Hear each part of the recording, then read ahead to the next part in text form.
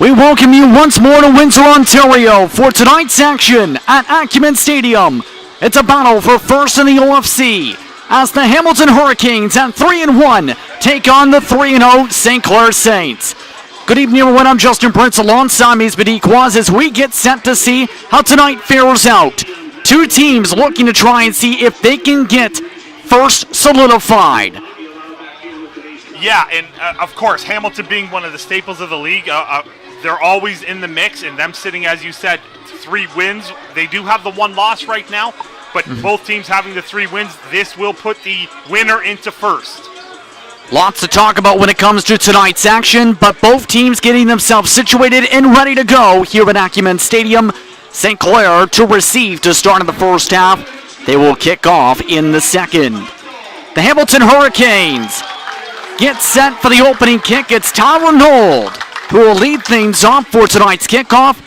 St. Clair's return team getting set, led by Enze Yuyute and Tristan Rutherford. Just about prepared for tonight's action. Glad to have you with us here from Windsor. We're underway from the Rose City. Yuyute gets it off the bounce, brings it across the 20.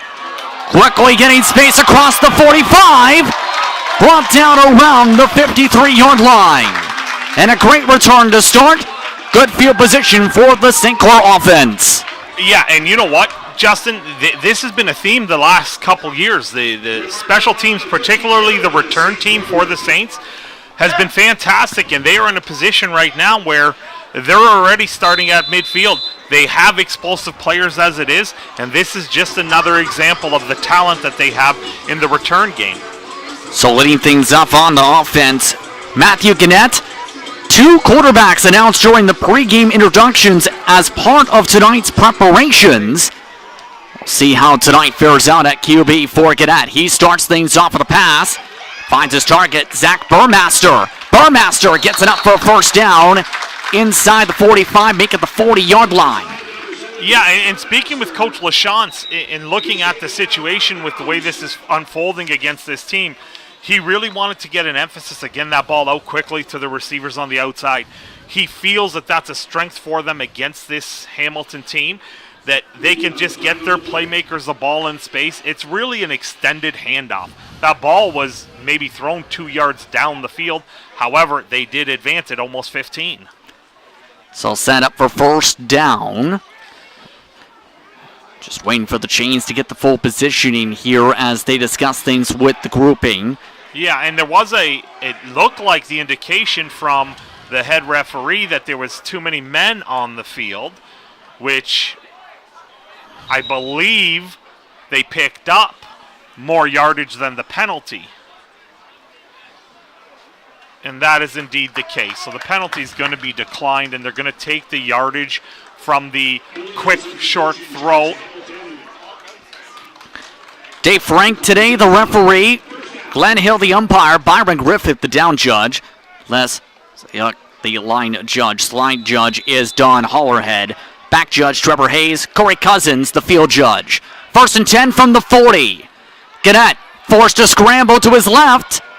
Looking for the sideline. Still gets brought down for a loss of a couple. And inside the Hamilton sideline area. Yeah, that wasn't the best of protections there. The pressure came right up into the face of the quarterback in net, and he had to move right away. He couldn't even get to his second read. The ball was snapped, and it was on him already, and he had to scramble to his left. And as you said, it was a short loss, and that's going to bring up a 2nd and long. 2nd and 11, ball spotted at the 41-yard line. Setting things up, MJ Doyle Marshall, the OFC Player of the Week offensively, the back. He blocks for Gannett. Gannett throws it on the motion on the tiptoe. Waiting for the signal along the sideline, Darius France marked down around the 30-yard line. What a tremendous catch. Justin, first of all, Gannett had to double clutch. The ball almost slipped out of his hands. Oftentimes you get a brand new ball, and it just literally, he had to double clutch it, but then that ball was thrown outside, and France did a phenomenal job of going up, maintaining body control, and getting his feet in and getting that first down. All in all, what a tremendous play by the receiver, and a good throw, actually, because that's where it had to be given where they were on the field. That's his 7th reception this season. He had 189 receiving yards coming into tonight. 1st and 10, MJ Doyle Marshall, first time on the ground, quickly tackled and smothered at the line of scrimmage. 2nd down. And that's sort of the game I think Hamilton wants to play. They want to utilize some of their big bodies. They're traditionally one of the bigger teams in the league, and they want to be able to put you in that sort of 2nd and long situation. They're going to try to really take away the run. I don't know if that necessarily is a good thing, considering that Saints can throw the ball. Yeah. And they got talent on the outside, but one way or another, they have to take something away. And if they can take away the player of the week, that's not a bad thing to take away. 180-plus yards last time out for MJ Doyle Marshall. Setting things up, 2nd and 11, 31-yard line. Gannett scrambles ahead, tackled in the back, brought down around 3rd and medium. That could have been 1st down. Yeah, and that was a shoestring tackle on that play, because if Gannett wasn't taken down on that play, and that looks like it was big number 94 for the visitors, Luis Veliz, and he made the saving tackle, bringing up a 3rd and about 6, and they're going to go for it here, Justin. It looks like they're just maybe on the outside range of field goal. It has been a rough time field goal-wise. 1 for 6 coming into the night from field goal range. 3rd and 6 at the 26. Gannett looking to his right, finds France. France gets inside the 10, brought down around the 6-7 yard line for 1st and goal. And that's exactly the conversation I had with Coach Lachance. He wants to get it to his outside guys as quickly as possible. Hamilton is playing very, very generous. They're playing very, very loose on the perimeter. And when you do that, it's easy pitch and catch. And right now they're in a situation where they can almost go to that all the time as they have a 1st down and just outside of and goal. So they've spotted the ball back at the 11. They say he stepped out before the cutback to get to end goal. The sticks at the 1. Gannett drops it, forced to scramble. Flag up in the backfield as Gannett gets tackled around the 6-yard line. Yeah, and because there was a fumble, he mishandled the ball.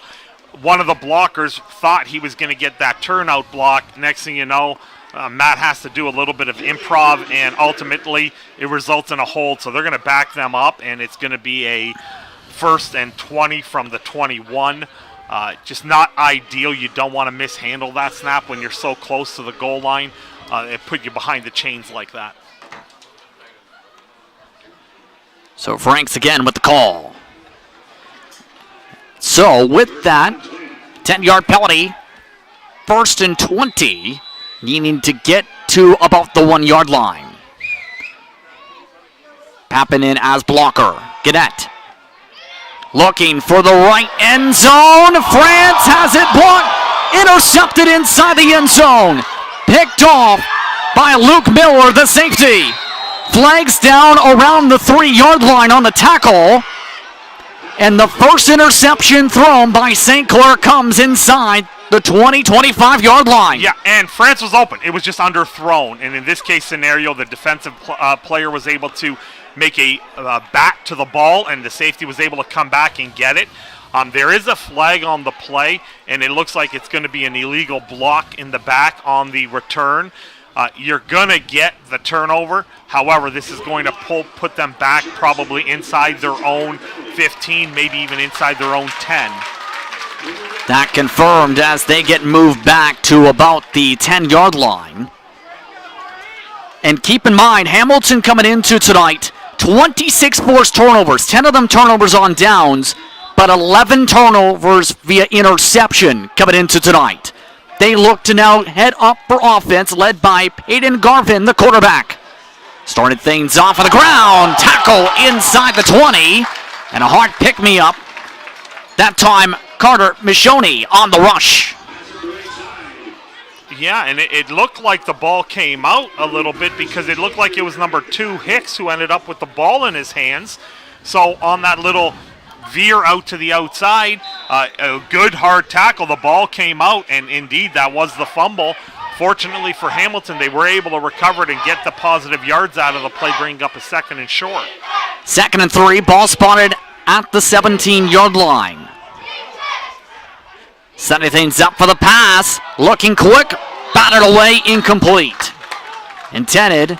That time looked for Luke Lemessi, I believe. No, that would be instead to one of the safeties, Jeremy Hicks, and DBs running wide receiver there. Yeah, and you gotta catch that ball.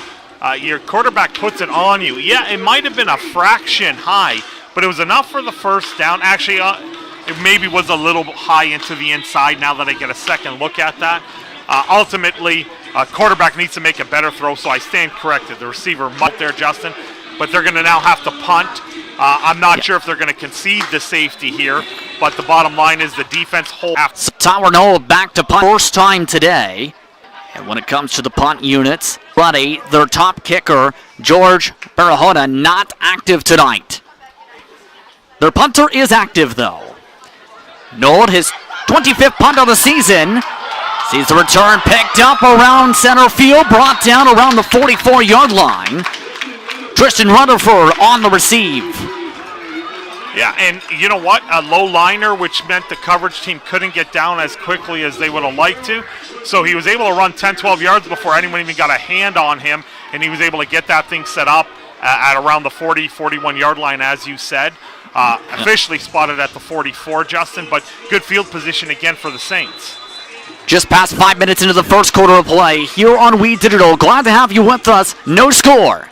1st and 10, ball spotted at the 44-yard line. Now it's Soja's time to see what happens at quarterback.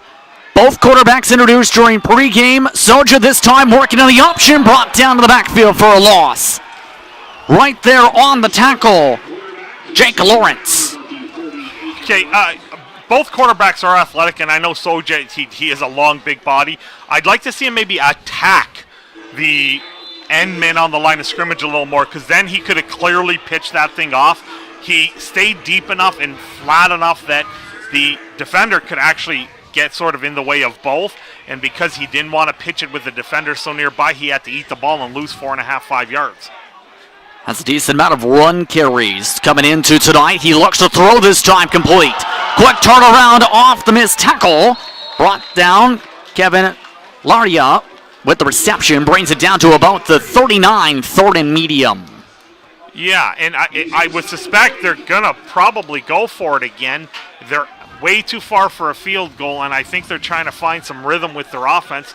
Their short passing has been effective so far. That one was caught about 5 yards away from the line of scrimmage in a broken tackle, and added 5, 6 more for the big man inside. A big tight end body squaring up and picking up 10 yards there. Sean Hustle, the defender on the play initially. Soja, running back behind, looks to run forward in the pocket, through it. Brought down around the 33. That's enough for the first down. 1st and 10 Saints. With 8 minutes to go. And that was quarterback draw all the way, Justin. They spread everybody out. The quarterback takes it and he sets his feet and he drives right forward. The center gets all the way. Now, heck, if the center had actually made a block at the next level, Soja could have still been running. The bottom line is you got the first down. You didn't want to have a second turnover, in this case on downs early in the game. Let's see if this calculated gamble pays off for Coach Lachance. Just 5 times this season, St. Clair has turned it over on downs coming into tonight, keep in mind. 9 total turnovers, now 10 on the season. Soja, 1st and 10 for the 39. Finds a seam. Udute, end zone, touchdown St. Clair. So 2 things are absolutely phenomenal about that play, Justin. The first thing is the offensive line actually gave the quarterback protection in time. And Soja threw that over the linebackers, under the safety, and a little deep curl to the middle. In Canadian football, this field is so wide, the middle of the field needs to be exposed, and a big, tall quarterback that can see over the line like that, he can make that throw more readily. And it was a very well-thrown ball, easy catch, touchdown resulting with the ensuing kick here. Preston Knight, extra point up and good. 7-0 St. Clair the score. And that was going to be the major question mark, and part of things is how things play out tonight, because last game was more of the running game. It seems the emphasis, the passing game so far for the offense. Yeah, and from week to week, you pretty much have to take what the defense is going to give you, right, Justin? Mm-hmm. So having a chance to speak with Coach Lachance, who's the offensive coordinator, and he says, well, the way he'd like to space things out and get some separation, more athletes in the perimeter, he thinks, on his team than on the secondary of Hamilton. An example is every single time a receiver has caught the ball, they made somebody miss. And that is sort of the recipe that I think Coach Lachance and the rest of this offensive staff is going to go to. And when push comes to shove, they'd like to lean on him as well. Kickoff from Knight. Return situation now for Hamilton. Brought forward around the 34-yard line. And the return that time, position by Wilcock. Yeah, good return. You catch the ball in the air. Probably a little shorter than what they wanted, and maybe not as deep outside as they wanted, but nonetheless, decent coverage, limiting the return to about 12, 13 yards after catch. And now the defense is going to try to force another quick 2-and-out and get the ball back with good field position again for the Saints. Peyton Galvin, the quarterback for Hamilton, 8 for 17 entering today pass attempts, but 4 touchdowns and 2 interceptions. Launches now, throw, traffic, intercepted! Picked up by the Saints around the 38-yard line. That was James Duke on the throw more so. And so the interesting plays continue. St. Clair forces the INT. Yeah, and not just, it's a bad decision. You can't do that. Billy Patterson Jr. has over-the-top coverage on there, and he has tremendous ball skills, and you had a bracket under-over. That was double coverage. Unless you have a giant, tall receiver like the Calvin Johnson Megatron type, you're not going to be able to complete that. And it was really thrown up. That, in essence, is more of a punt. But unfortunately, it was on first down if you were Hamilton. Now the Saints get that quick turnover back, and maybe, just maybe, they'll get another drive and turn this up. 14, even 10 points would be great coming off of a turnover. 6:40 to go in the first quarter of play. Ball spotted at the 39. On the rush, Doyle Marshall gets to about the 41-yard line. So a small run forward for Doyle Marshall. And remember, had some missed time already this campaign, but despite all that, is still in more than 200 yards rushing because of how he performed last week. Yeah, just a little standoffish right now from the offensive line. I don't see the urgency to fire off and engage and sustain some blocks. I know Coach Rice said they were working on some things, and it was a little bit better as the week went on, but I think he wants those bigs to take over and sustain some of those blocks. 2nd and 8 from the 41. Gannett, the quarterback, for his second drive. Ute finds space again. Getting around the 40. Surrounded by a sea of black and white. Brought down at the 40 after 5 seconds of tackles. So here, again, offensive line does a half-decent job, but more importantly, Matt Gannett does a nice job of sliding and stepping up into the pocket and delivering that strike to that deep in-cutting route. And Ute, once again, makes the catch. And in this time, like you said, 5 seconds, 6 seconds of dragging tacklers, and he puts it now at the 40-yard line going in. So 1st and 10 at the 40, once more for the Saints. Approaching the final third of quarter 1. About 5 minutes to go in the quarter. Coming up. 3 in the motion for Gannett. Goes for the jet sweep. Tristan Rutherford. Brought across the 35. Tries to juke out. This time the whistles draw it dead around the 32 to 33-yard line. Okay, so for a receiver, ultimately you're running, like you said, the jet sweep. You're going to the outside. Anytime you run to the outside, the concept is simple. You stretch it until you can't. He kept stretching, picking up positive yards until he ended up getting 9. Had his pursuit, had he stopped and stuttered and turned it up too early, might have been tackled. Stretch, if there's not the stretch, he could have crammed it. Last resort is to cut it back. That was a very disciplined run by a wide receiver running a stretch zone running play. And enter they go bunch, trying to push with the line on 2nd and 1. And they get it up for the first down by a couple yards. So 1st and 10 inside the 30. Yeah, and I really like the way all the green jerseys are belly down forward about 2 yards down the field right now, because that means your quarterback is likely laying on top of you, which means, like you said, they easily got the first down, and now you're set up in as you approach the red zone and the scoring area. Leading that push, by the way, as the de facto quarterback on that was Javier Lewis. So Gannett gets back inside the huddle. 1st and 10 from the 29-yard line. Gannett trying to build upon what's been a 409-yard, 3 TD season. This time finding the short completion. Trying to break some tackles.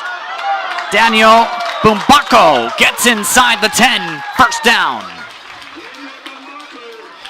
Again, good job by stepping up into the pocket by Gannett, and he patiently waited for his receiver to clear. The receiver did a good job of stopping that dig route so that way it didn't carry all the way over to the safety. Once he caught it, he spun back to the boundary and picked up 5-6 more yards, but unfortunately, it looks like we have an offsides, Justin, against the offense, so maybe one of the receivers jumped the gun a little bit, and that's going to negate the big play, and it's going to bring up a 1st and 15. So just like that, instead of 1st and goal, it's going to be 1st and long. The ball spotted at the 34-yard line with 3:30 to go in the 1st. Again, St. Clair already 2 victories against London entering tonight in the home and home series, dropping the Beefeaters to the mid-table. To the motion from right to left. Gannett looking to his left. Looking for options. Forced to scramble right. Trying to throw short. Complete. Got enough to get inside the original sticks. 2nd down. Yeah, Laurier. Decent back-end coverage by Hamilton. There was really nothing too much down the field. I think maybe the matchup might have been on the backside of that where it looked like he had ISO coverage. You have a big receiver in number 7. Burmaster by himself, so I think maybe he wanted to maybe look his way a little bit more. But either way, it was still a positive play. You got the penalty yards back. 2nd and 10, ball spotted at the 29. Looking to his left, Gannett. One-on-one coverage, end zone, Burmaster, call his number, touchdown! Yeah, and Justin, my eyes were telling me Burmaster's getting man coverage on the outside, and he's a big body. And he ended up sort of boxing out, and Gannett throws the ball to his back shoulder, and the receiver's able to turn around. It looks like a one-handed catch for the touchdown. So now both quarterbacks have hit pay dirt with a passing touchdown. And again, that's just a matchup situation. I think you're better on the perimeter, especially the outside, than your opponent, and you might as well try to take advantage of that. So a chance to extend the gap to 14 with the extra point. So far, 9th this season, perfect on extra point attempts. Up and good. 14-0. St. Clair, your score, with 2:20 to go in the 1st. Now, history tells me, Justin, this Hamilton team over the years, we've called enough games to know Hamilton. They have a lot of mettle. They come back and they stay in the games. However, for the first time in some 12, 13, 14, 15 years, they have a new head coach. Yes. So it's a slightly different staff. It's a different personality on the sideline. So now we're going to see if the new head coach can rally his troops to get back into this game. I was talking a little bit with the coaching staff, team president Mike Samuel as well down there, about their new head coach, Barry Emo. Becoming the head coach, 40 years of playing and coaching experience. Played in the CGFL, played collegiately at Division II level, was a practice squad player in the CFL for a few years, but in turn has also worked for various collegiate teams and a multiple-time Coach of the Year in the Northern Football Conference before his move to Hamilton. Return brought down around the 30-31 line, so we'll see how things fare out here. Hamilton down by 2 scores. Yeah, and that short kick looked like it was by design. They didn't want to get it deep to the return man. They sent it to one of the outside up backs, if you will, and he's forced to play the ball because it's a live ball if it hits the ground. So he pretty much caught it and was tackled right away. So Hamilton's going to start at their own 31, 32-yard line. Spotted officially at the 32. Again, James Duke, your quarterback. Starting things off, ground game. And quick whistles brought down around the initial line of scrimmage. Yeah, Keon Grattan was the first one to set that hard edge, number 13 for the Saints. He was able to minimize that run to, actually, it looks like a loss now that it's officially spotted. Good job by forcing that back underneath and then squeezing down and making the tackle himself. Now keep in mind, Jesse King, their leading scorer, a scratch injury tonight. Jacob Scooney in turn, moving up in the charts. There goes a run and a fumble on the tackle. St. Clair thinks they've got it. St. Clair does got it. Signal for the Saints. Yeah, and Justin, this is the worst thing about this is he had first down yardage. He gets through the line of scrimmage and he has well enough to get to the 45-yard line, and unfortunately for the Hurricanes, they put the ball on the turf. That's 2 consecutive possessions where they turn the ball over. This time the Saints start in plus territory at the 47-yard line going in. And don't be surprised. Now, it looks like Coach LaChance is alternating quarterbacks. So Soy just back in. Don't be surprised if they try to take a shot to either France or Burmaster again over the top right after this turnover. It's almost back to a couple years ago, the 2 QB system that ended up having a lot of success back in 2021. Soja, this time to pass from the 47. Looking one-on-one, France jumps over, complete inside the 10, first and goal. Yeah, Justin, and here, look, I'm not no genius. I know the last 2 plays I said they're going to go to Burmaster and then they're going to France. It's just a matchup situation. I'm seeing it. Coach LaChance is going to see the exact same thing. He's just going to out-leverage them, and there you go. You got Darius France who goes up, high points the ball. You're going to win that a lot more. This rookie is super impressive, and he handles the ball exceptionally well. Clean catch with his hands, and like you said, they're and goal now. First down and goal from the 6-yard line. Pappen, the fullback. Doyle Marshall, the running back, and a flag thrown. And illegal procedure, so that will lose him some yards. Yeah, one of the big boys got a little bit antsy there, and he jumped the gun by 69 on the offense. And that's automatic. 5-yard penalty, repeat, right first away. down. So, yeah, left guard just gets out of his stance and moves a little early. Again, those kind of penalties are drive stoppers.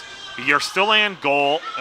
You're at the 11-yard line. It's not necessarily the end of the world, but in critical close games nearing the end of games, those are the ones that absolutely cripple you.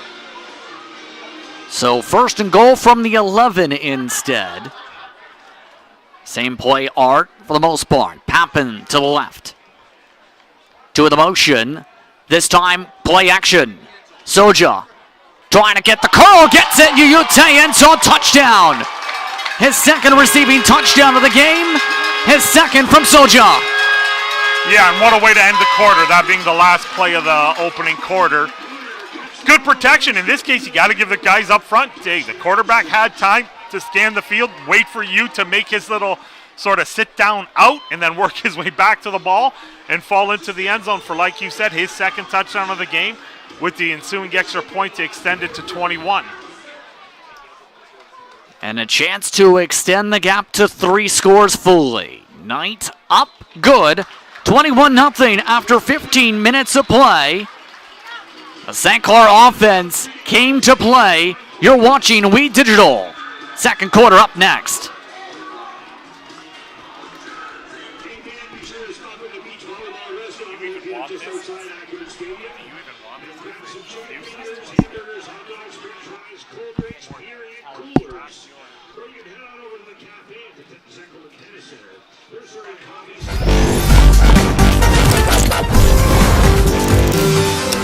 Just about position for the second quarter of play. 21-0. St. Clair the score here on We Digital. Justin Prince Quaz with you. As the Saints, the offense, as the music says, they've been rocking. Sure have, Justin. They sure have. Question is, how does Hamilton respond? Already multiple turnovers for a team that had just 9 coming into today. Return for about the 15-yard line. Cutting back to the 30. And a return for about 15 or so yards, once again from the Hurricanes return group. Hamilton started off the season, I believe, with a 18-0 loss to London to open the season, but they're coming in here on a 3-game winning streak. And of course, they're not playing the Saints. It's going to take a little bit of time for them to adjust to what is the best team in the conference right now. That being said, they can't let themselves get discouraged right now. They're 3-1. They're on the road. Climb into the game by taking care of the ball. That should be the focus of this Hamilton team. Hold on to the ball. 1st and 10. Option play art. Run play from Scooney. That's a gain of about 7. 2nd and 3. And that to me is a coach who's telling his ball carrier who just fumbled, we believe in you. Gave it right back to him on a very, very similar play. He picks up 8 yards, and let's see if the Hurricanes can string together a few first downs right now.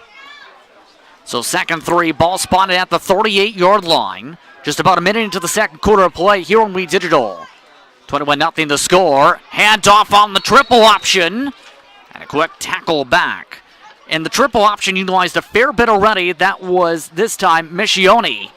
That's enough for a first down. Yeah, so they jet sweep across, they fake there, then they got a dive action coming back underneath, and then they have a veer back the other way. So, yeah, like you said, there is 3 to the threat. I'm not 100% sure if the quarterback ever really keeps it as a 4th option, but that did create a little confusion, and they got a first down. Step 1, you kept the ball, you got a first down. Let's see if you can string 2 together now.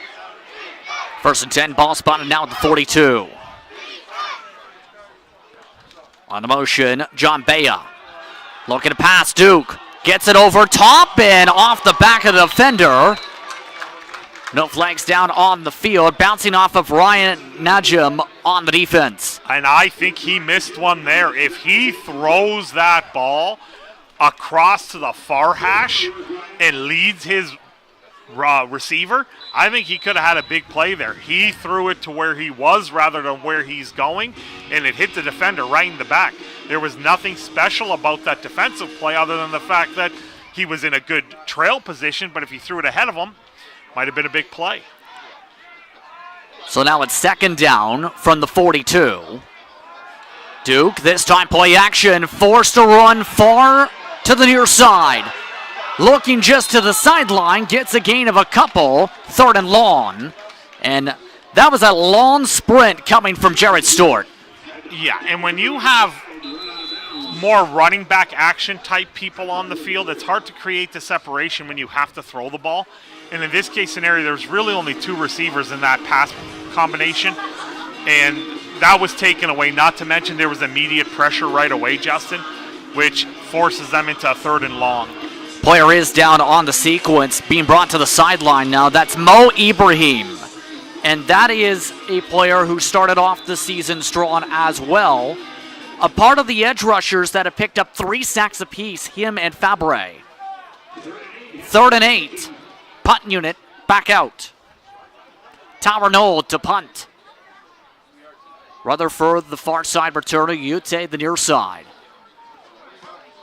Just got it off in time. Going with the 3rd option, it appears now in turn. That is Ty Calhoun. Trying to go cross field. Brought down at the 32-yard line is where it's spotted. Well, good thing that ball bounced like a basketball rather than a football, because that came out and his momentum was forcing him to trip, and the ball bounced right back into his lap, and he was able to recover it, averting disaster. That was the break Hamilton really needed, getting a turnover deep in the Saints territory, which would have given them a chance to close the gap. Now, the Saints have been able to exploit those deep in cuts right now. Let's see if they go right back to it or if Hamilton has adjusted. This time, Gannett, the quarterback for the drive. So I can change at running back for the first time. Bort's right to block for Gannett. First down. Trying to go one-handed grab. No good from Lewis. 2nd down. Yeah, a little high. Just get that on him. He's just doing that little quick speed out. Get it on him so he can turn and run. Hard to handle it because that looked like it had a little bit of mustard, as they say, on it. So he was not able to bring that in. And like you said, that was Lewis who was attempting to bring that in with one hand. 2nd down and 10. Still at the 32. Just past 3 minutes into the second quarter. Rutherford in the motion. 3 others join. Gannett's option breaks down. Trying to go for the scramble instead. Trying to find a way to get forward. Brought down around the 43-yard line. And that's around the sticks, and a Hurricane is down. And it was indeed a first down. And as you said, we do have a player down. I think the irony is I think it was his own player because two guys converged on Matthew Gannett to make that tackle.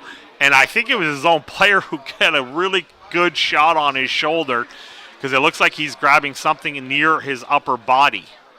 That's going to be Owen Jones, the defensive back. Train staff currently checking on the Hurricane player. The ball currently spun at the 43 when action gets forward. And quickly discussing that last time out, we mentioned the Player of the Week honor. MJ Doyle Marshall running for multiple big carries and just 15 carries, 2 touchdowns.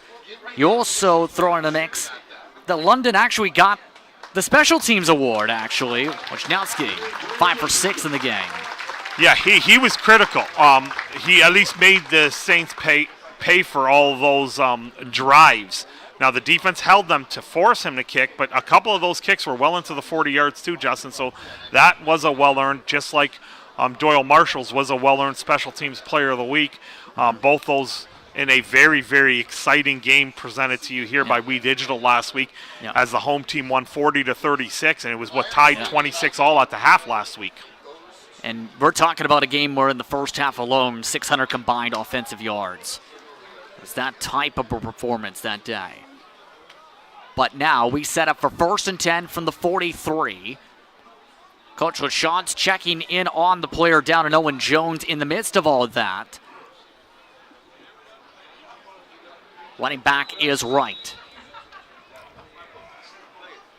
3 back of the motion. This time, the sweep, Rutherford. Rutherford brings it across the 50. Brought down forward around the 53-54. Right around the sticks again for a second consecutive run. First down. Yeah, and that's a good job by the offensive line and the edge perimeter blockers because Rutherford was able to get to the outside the hash marks before he had to make his cut. And when he made his cut, he was already 7 yards down the field. So now when he started going north and south, that was an extra 4 or 5 yards, which gave him the first down. 1st and 10, just shy of center field, a yard away from Hamilton territory. Near sideline, Riley Griff, now a receiver.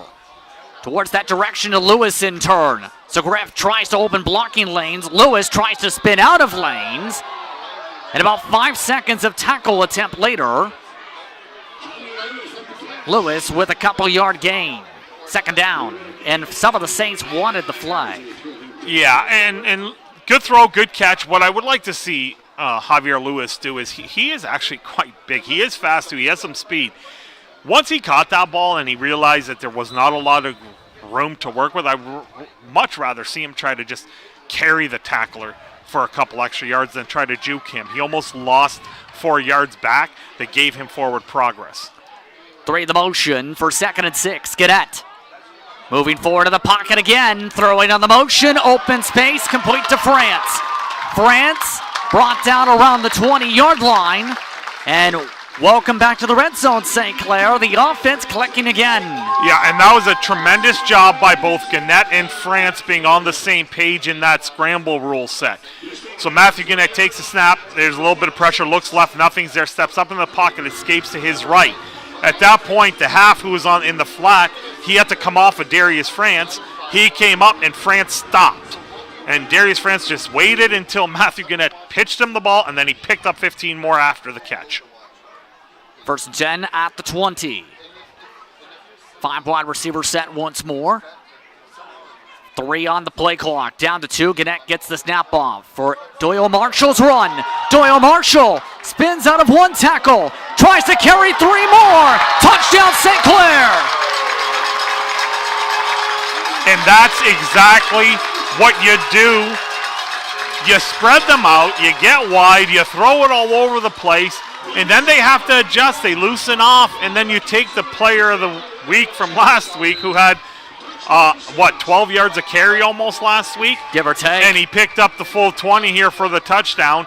That's exactly what you want to see. The defense adjusts, widens out to take away some of the pass threat, and maybe the best running back in the league comes in and jams one into the end zone with a 20-yard run.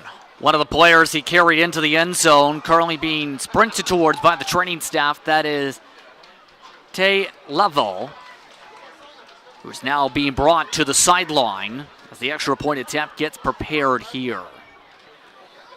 For MJ Doyle Marshall, that is touchdown number 4 in 2023. Touchdown a game so far. Knight setting up for the extra point to extend the lead even more. Up, good, 28-0.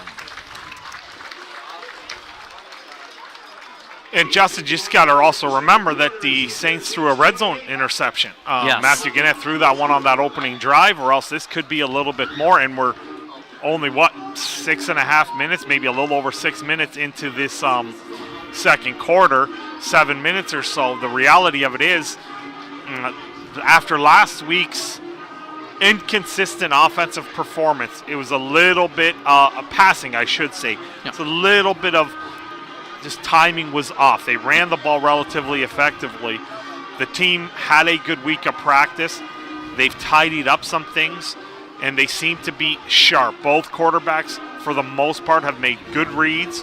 The offensive line protection outside of maybe the very first play has been pretty good.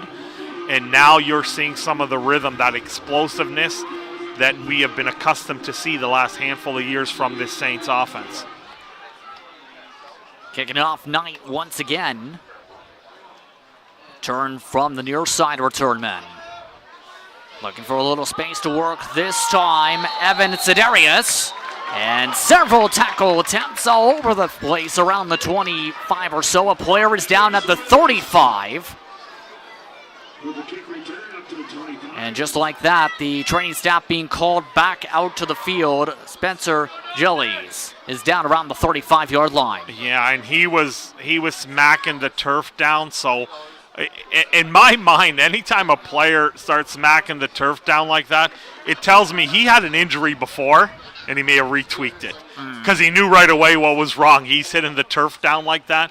Fortunately, he's walking off under his own power.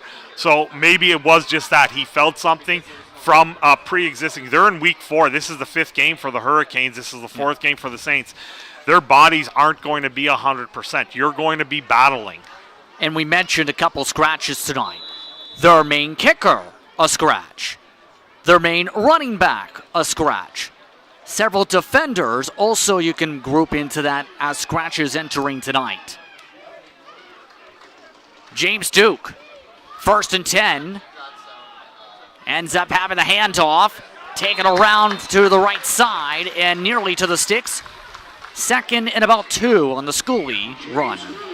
And last week, London did a tremendous job of running the ball against the Saints defense. So I know the Hamilton team watched the film and did their homework. Hamilton has had some success running, and they've been able to get some chunk yardage on this. So I'm not going to be surprised if they try to stay to the run, but obviously they've dug themselves a big hole being down 28. But 2nd and 2 is extremely manageable. The box stacked up by St. Clair. The blitz coming. Quick throw on the bubble screen. And tackle just around the first down. Markers for the first down. Luke Lemessier with his first reception. Yeah, the ball literally got to the paint, and that's all they needed to from the 25 to the 35. No need to even consider bringing out the chains in this one. Setting up for 1st and 10 now from the 35-yard line. About halfway through the second quarter.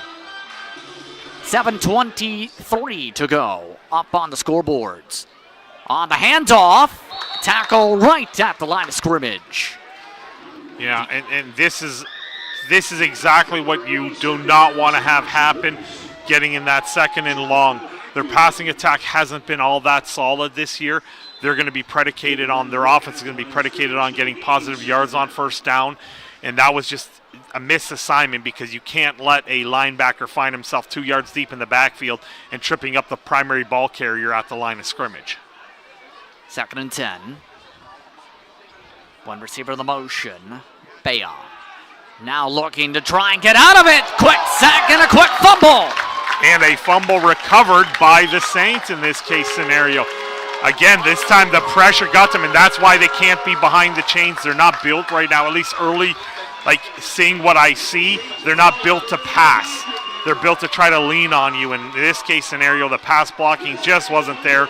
Coach Morency dials up a blitz. You get the sack fumble, and now you're giving the Saints the ball back after just scoring less than 3 minutes ago, a chance to put it from the 26-yard line in. And like Soija's now back in, and I would literally just throw the ball up to Burmeister again. I would take the big body, and Burmeister hasn't been on the series for Burmaster, hasn't been in for the last 2 series. I'd just be throwing it up to him again right now. Keep an eye on that lower side of your screen. Tanner Dockstader, the matchup. Keep it to the ground to start things off. Soja, QB run. Gets it to about the first down chains and then some. Exactly that, Justin. That was a designed QB run. There was no indication that he was throwing the ball. He patiently let the linemen get to their levels and the lead blocker find first spot linebacker, and Soja was able to pick up 11 on that run. 1st and 10 inside the 20. The red zone, St. Clair's been making a home inside of it with how things have gone. 1-on-1 coverage once again for Burmaster. This time, another option play. Soja, QB run, gets some blocks, tries to carry some. 1st and goal, about the 1 on the tackle. Another first down, gets it all the way down the 1-yard line. There was a close call there. Marshall Doyle was almost guilty of a peel-back block. And my eyes first tell me that it actually was. And he put his hands up knowing full well, so it might have been missed on the field because that's a major foul. You can't block back towards your own end zone, and it looked like he did, even though it was in front. They go for power, trying to set things up on the bunch. Soja sets up under center. 1st and goal, trying to get over the edge of the line. Soja still trying to scramble, whistles fly, and they say he's short. He's short. His forward progress was short, so that was a good job by the interior of the Hamilton defense to take that completely away. There was no surge this time. The last short yardage power back set they had, you saw green jerseys belly forward for 2 yards, and the quarterback fell on top of him, or who the ball carrier is. And it looks like they're going to swap out a blocker, try and bring in an extra fullback. Pappen now comes in to assist on the block. So they take out one of the wide receivers, Deshaun Johnson. This time stepping back away from the power, and a flag is up as the clock reached 0 right at the snap. Yeah, and the late substitution and the lateness in the huddle, and that's going to result time count violation. Time count violation, and they're going to back up to now the 6 5-yard penalty. So they're going backwards now. That's 2 plays that they got absolutely nothing out of. And now they're going to be 2nd down and goal from the 6. So instead of a power option, it looks like now forced to set things up back shotgun look. Just about 1 minute and 7 seconds from the 3-minute warning. Pappen stays in to help block. Doyle Marshall at the back. 4 wide receivers set. Setting up. 2nd down and goal. Trying to find space. Burmaster end zone touchdown. His 2nd. And all but 1 drive finding pay dirt so far. Yeah, and it's simple pitch and catch. Burmaster's a wide body, and he drives right into the feet of the defensive backfield. That DB number 22 for the visitors, and I'll get a name for you on that. That would be Zach Chaddock. He pretty much, unless he tackled Burmaster turned around and Soja threw it on him as we get the extra point here, which is mishandled at the point of the kick, and they don't convert it, Justin. So the first time an extra point doesn't go through for St. Clair, it's 34-0 regardless. 34 unanswered to a team that was in the conversation for first entering tonight is kind of a statement. Yes, it's kind of a statement, but I think more so last week's game forced every player on the Saints to ask themselves the question, have we been working hard enough? Because everyone just wanted to crown them and say they're the best team in the conference, and They had already beaten London the week before on the road by, 16 points or so. And then they come home and they're in a dogfight. It was back and forth, and make no mistake, with under a minute left, London had a chance to put the finishing touches and win that game last week. Yeah. So credit to the players who came out and said, we need to pick up the slack in practice, and that's exactly what I'm told happened. As the week progressed, the players' focus and intensity increased, and you're seeing it early in this game, even though you have a miscue there on the extra point. They are absolutely firing on all cylinders, and they are always trying to send a message to the league like, look at us. Here's the kickoff from Knight. 3 returners setting back up this time. This time carried forward on the carry, Baraka. And there's a lot of shoving off the ball. No flags.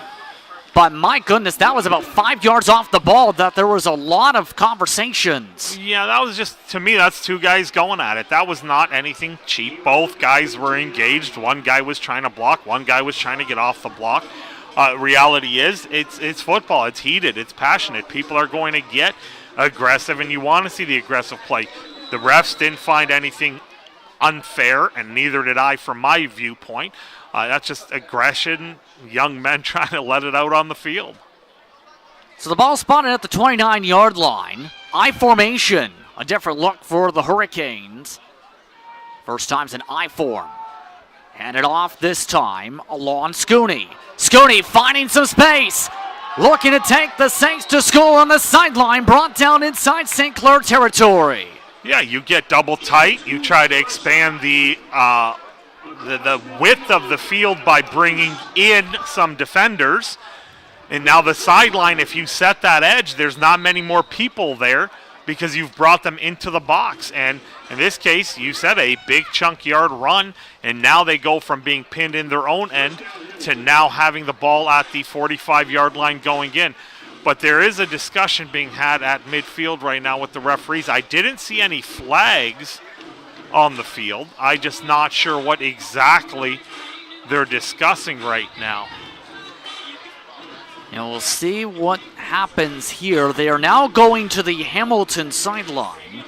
Yeah, so Coach Emo. Something disturbed him. Something bothered him. And he wants to know exactly why something may not have been called. It looks like the way he's reacting, he's pulling at something high, so maybe he was concerned that there was a high tackle, a head tackle, or a horse collar, or face mask that was missed. So the referees are going to go try to address his concerns, but it looks a little heated right now, questioning whether or not there was a penalty. But there was nothing called on the field, and quite frankly, there haven't been very many penalties. So far, it's been a well-officiated game, and we always like to have that. We don't. I know the Stripes, they don't want to be a part of it, so let's keep that rolling. So the ball spotted at the 45-yard line, so 20 seconds away from the 30-minute warning. Scooney the back, moves out, looking to set things up on the jet sweep. And the jet sweep cocked fast, and the flags pop out, some contact after the whistle. Yeah, and that was number 52 for the Saints, Carl Fabre, who got in and made some noise in the backfield. And it looked like one of the O-linemen for Hamilton after the fact made a little bit of a pile-on or a push, so we're going to see if that's going to be picked up. There's no flag on the play. That is indeed the case. The Klein come in, so second and long. So they take the loss of yardage after the jet sweep attempt. Coming for Martian Sano. So second down and about 12. Ball moved back to about the 48-yard line. Second 13 more so.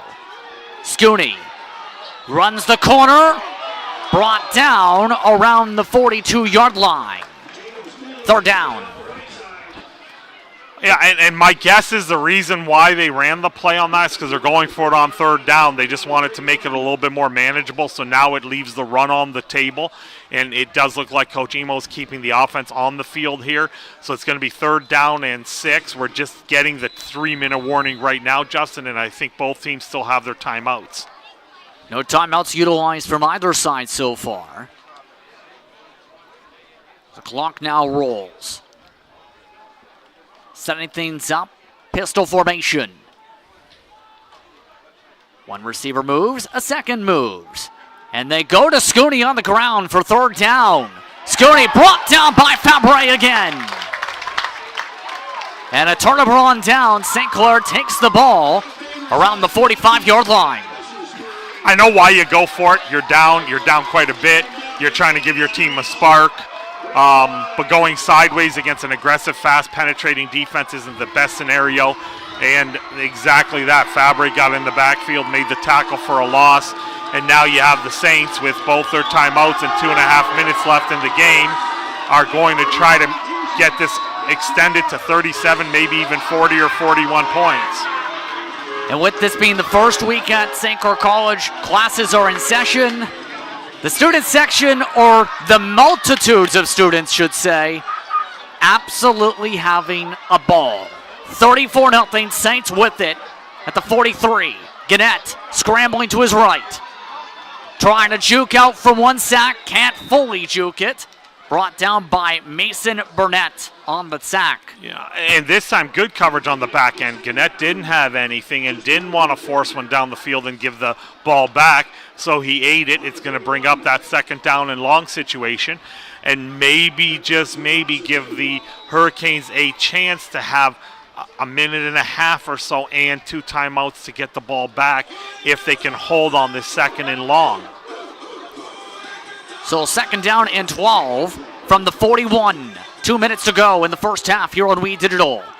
Gannett, and a flag drawn on the far side, right by the Hamilton side. Yeah, and it must have been something egregious where it's like somebody must have been false starting right away. I didn't see a false start right away because they blew it dead, and that is indeed the indication from our referee. Procedure. 69 on the offense. 5-yard penalty, second down repeated. So illegal procedure is the call indeed, so make it second and very long.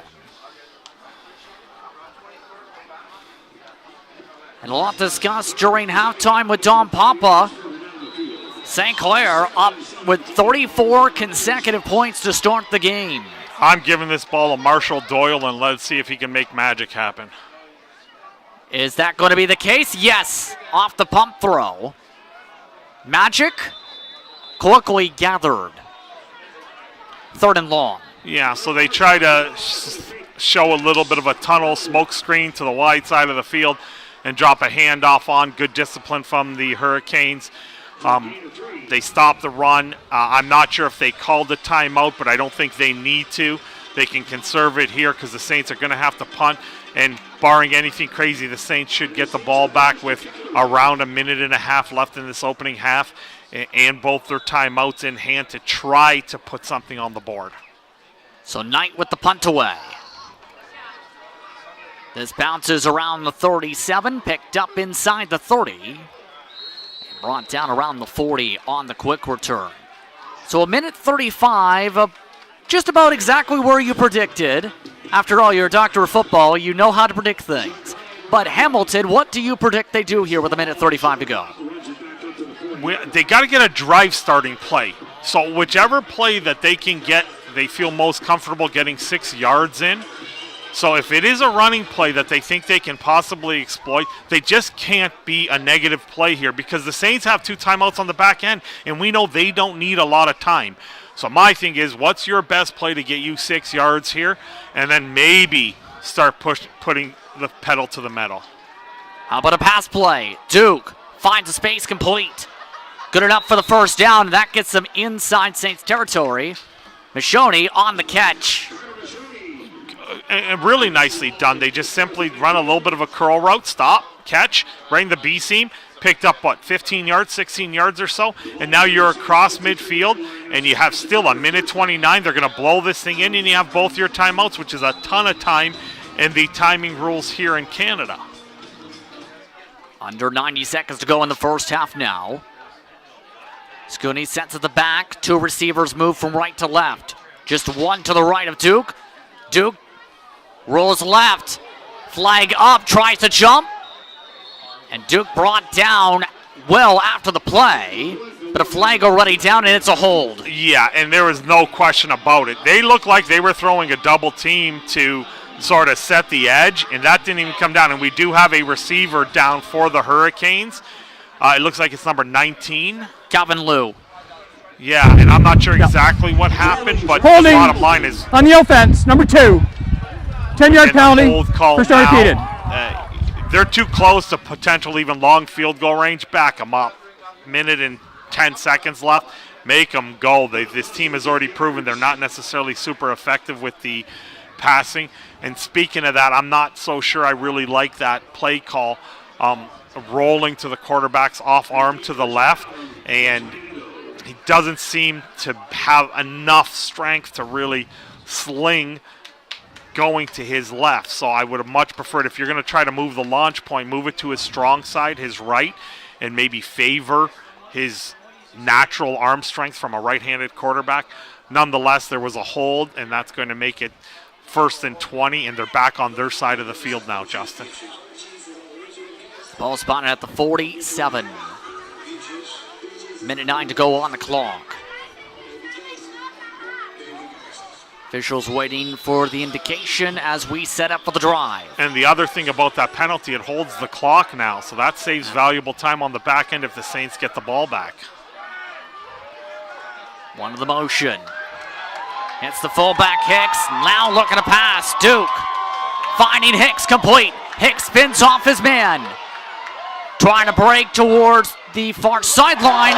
Nate Norton trying to chase down, brought down around nearby it. Marked short of the first down, however, at the 45-yard line. The chain's at the 43. Yeah, but we have a late flag, so I'm not sure who this is going to be on. But you come up, you make a tackle. A great job by the quarterback staying in and delivering the strike there, and they picked up, 17 yards on the play. But now we're going to see if this is walking up into a first down or if this is backing up and it's going to be the play's going to stand, because this was after the play. So my guess is it's either first down and reset, or it's going to be second down and even longer for the Hurricanes. But there's the discussion on the field as to who this is, and neither team really pointed one way or the other. This with under a minute to go in play. And again, with a penalty, it does stop the clock. So if this is against Hamilton and they are backed up and it's going to be second down and long, now with 58 seconds and 2 timeouts still for the Saints, they might be in a better position. Now they're calling one of the side judges in to discuss this. So they look to confer here. I will say this, sometimes they got a conference, and it's not because they don't necessarily know the rules. Rules at the CFL are different than what they are at the university level, which are different at the junior level. Here we go.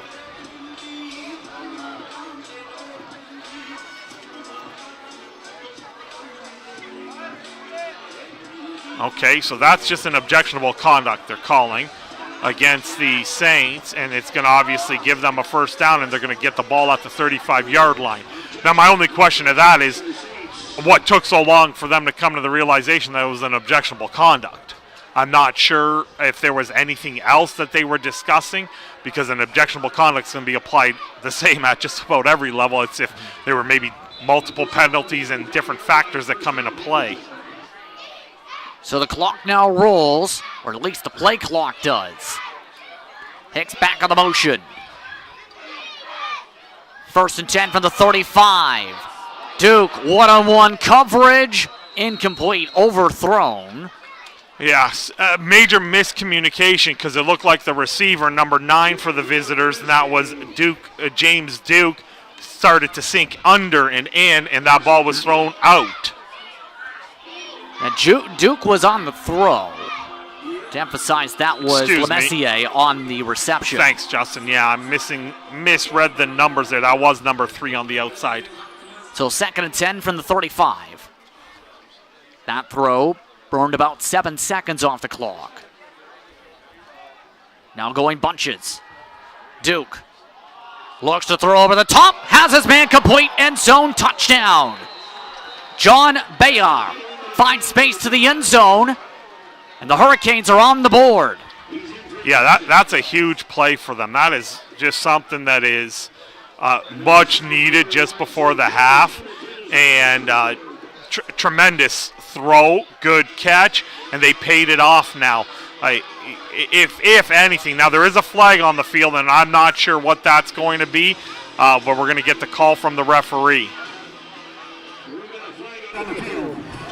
After the touchdown, unnecessary roughness, 64 white. Put it here or here?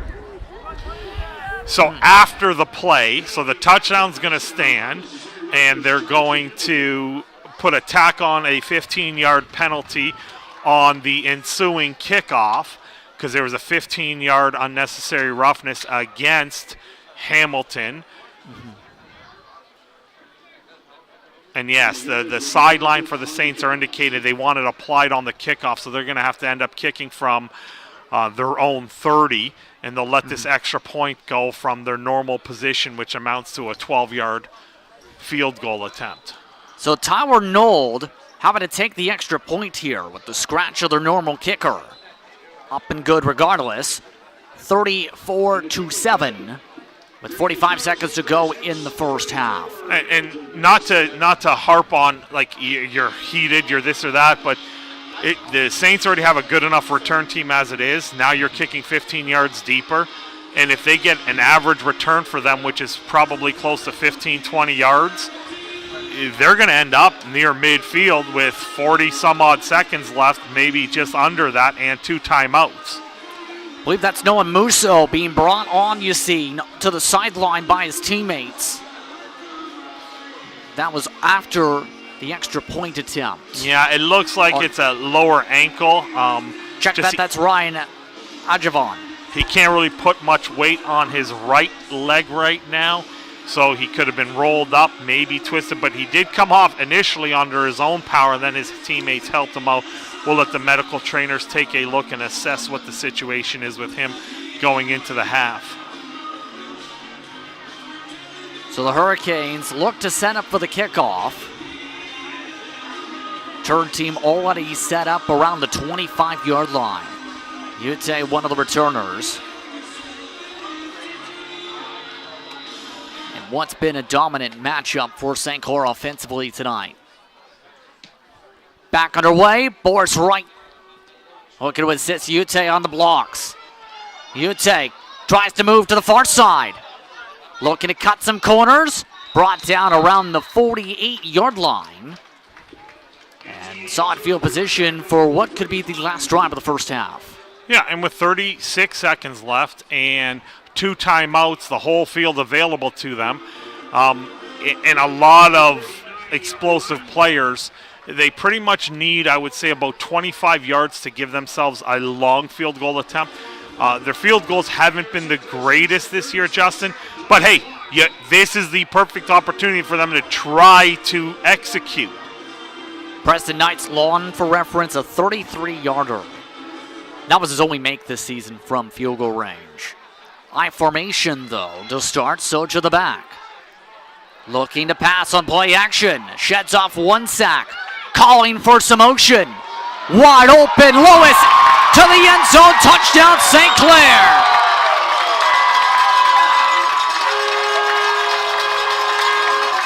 And any momentum Hamilton just garnered is all gone. Soja makes one guy miss, rolls to his left, and unlike the Hamilton quarterback, Soja's got this big monster cannon arm, was able to turn his shoulders and absolutely launch one to a wide open Lewis. Breakdown in coverage on the back end of that, and you end up with a 60-yard touchdown play after you just put points up on the board. That coming just 20 seconds later, by the way. Extra point up and good. 41-7. Halftime's going to be interesting for Hamilton. Yeah, the taste in your mouth would have been so much different if you're sitting there at 34-7 and saying, look, we've made a bunch of mistakes, we've shot ourselves in the foot, we've turned the ball over, but we mounted a good drive at the end. We ran a 2-minute drill. We were able to get into the end zone. And then, again, little things like after the touchdown, you get the penalty. You give up great field position, and then you have a breakdown in coverage, which turns into that explosive play we know the Saints are capable of. So that nothing good is going to come out of this unless somehow Hamilton can put a score up again with 25 seconds left. But, I mean, their back's against the wall. Absolute domination offensively for much of the night. The passing game especially. You add up all the passing touchdowns, you're up to 5 already from the air game. Ready to kick it off is Knight. 25 seconds to go in this first half here on We Digital. Stick around at halftime for Halftime with Don Papa. Well, the up man picked it up for the Hurricanes. Brought down around the 38-yard line. It just so happened to be where the officials were ready to go. And Hamilton, we'll see what they do with just 20 seconds to go. And that's the kick exactly you want. You want it to go to one of your bigger bodies there who you know the risk of it being returned for a long return is minimized because just not enough foot speed from one of those middle wedge return guys. 12 seconds on the play clock. Setting for 1st and 10. 38-yard line the spot. One in the motion. They high-five each other in the motion. Now looking for play action. Duke through coverage. Hard caught at the line. First down, and a player is down from the tackle. That is Lou again. Yeah, and that was Billy Patterson who came in and made just a rock solid hit, but we do have a penalty against. We have a holding against Hamilton, which is going to add insult to injury because now that catch does not count. They're going to back up yards. And, I mean, you got Billy Patterson. It looked like he had to move back to the deep safety because on that last possession, Nathaniel Norton was just sort of rolled up a little bit closer to the box. So they're just maybe playing slightly different coverage on the back end, but that was holding. Patterson developed. 67 on the offense. Delivering a big 10-yard penalty, first down repeated. And all for nothing. Now they're backed up, and it's going to be 1st and 20 from their own 28-yard line. 1st and long.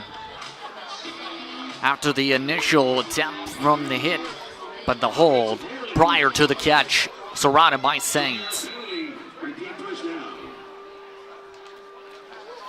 One of the final plays of the first half. We'll see what Hamilton can do. Let's try and get some momentum before the end of the half. Duke, roll out again.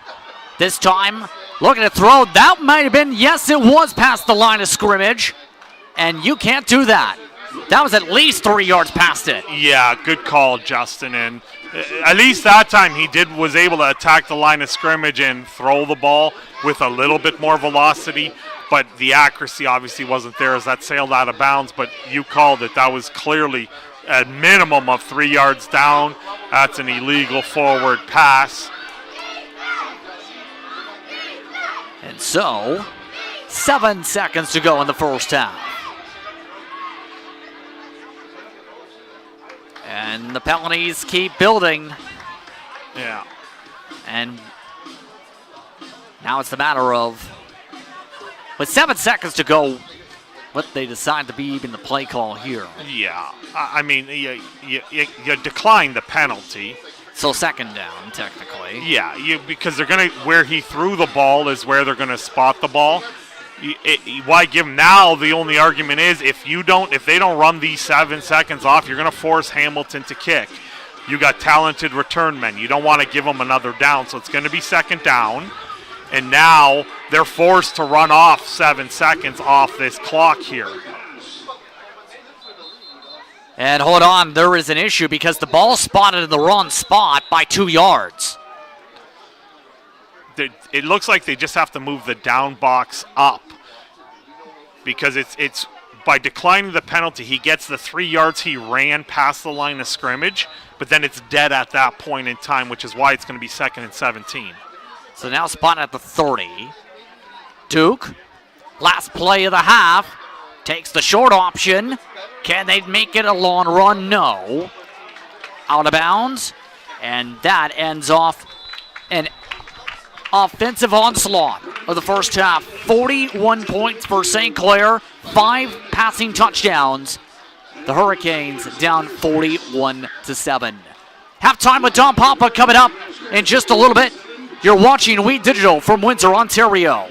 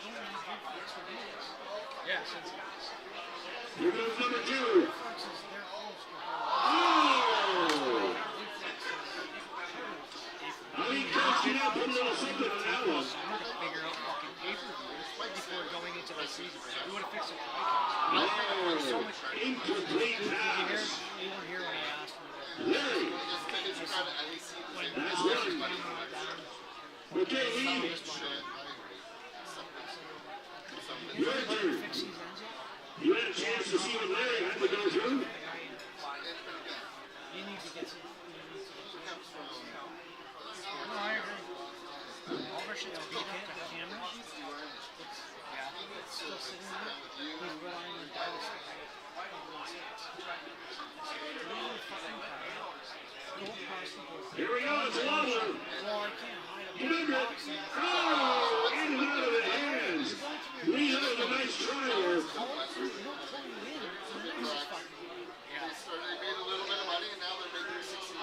That's a high one, it's in the lights. Kendrick, oh, right through the hands. What is Birch Connect back for the third ball here? Lee?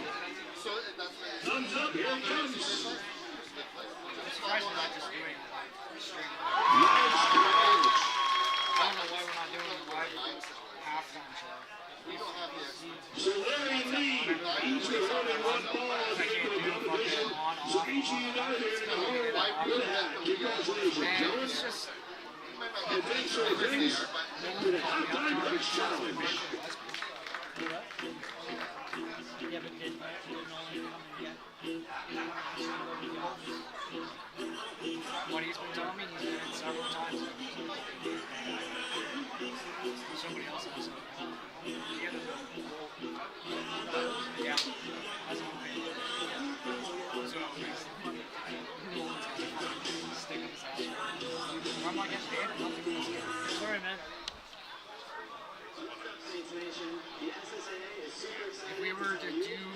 If we were to get this monitor up, it means we're having to kill the stream, reset it in mid-stream. I like it. I can see everything with my eyes.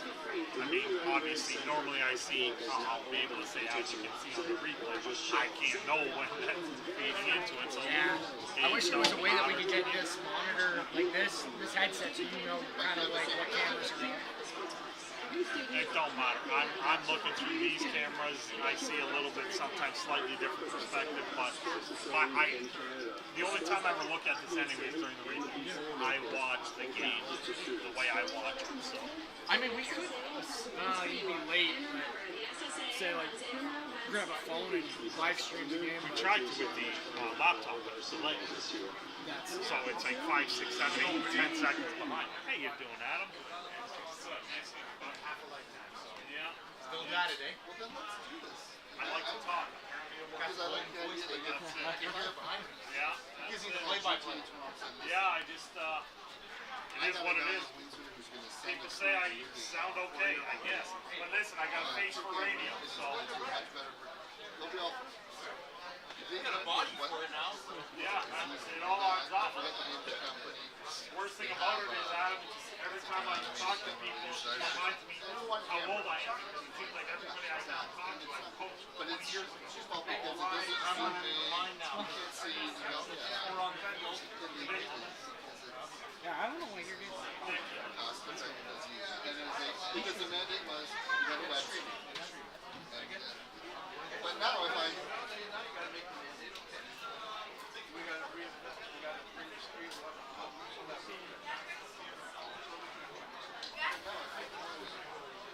I can send it through to your team.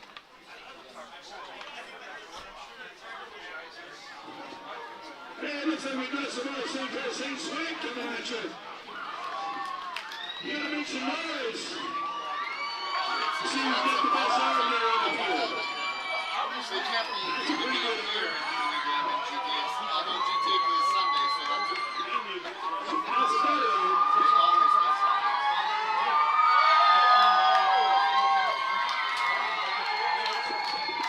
See you get all the way up here in the press box. Give it the growth, he can throw it. Give it the growth, he can throw it. Where they gave us our copies.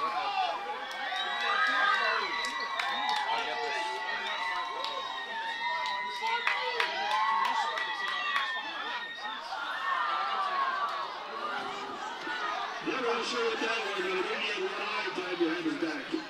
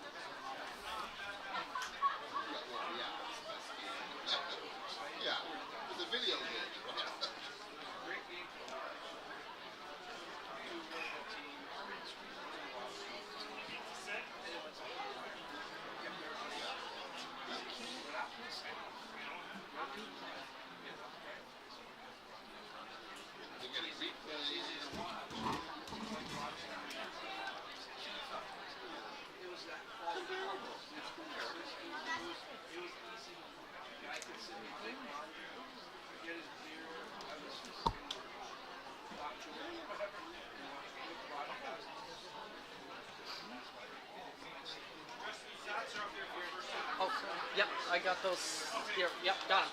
Thank you. Thank you so much. Thank you.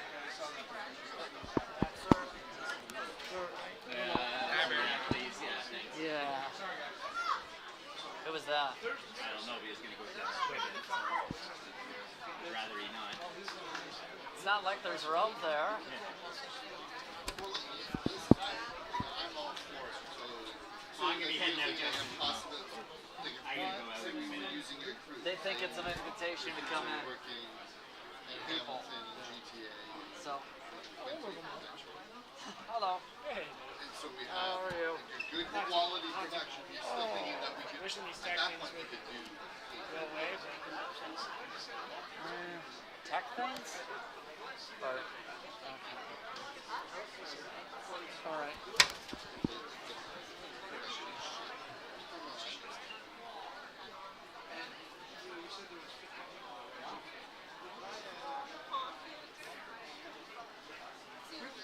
But that's the thing is, and that's like Sam and I were friends about friends, but they're like half the game. So, yeah,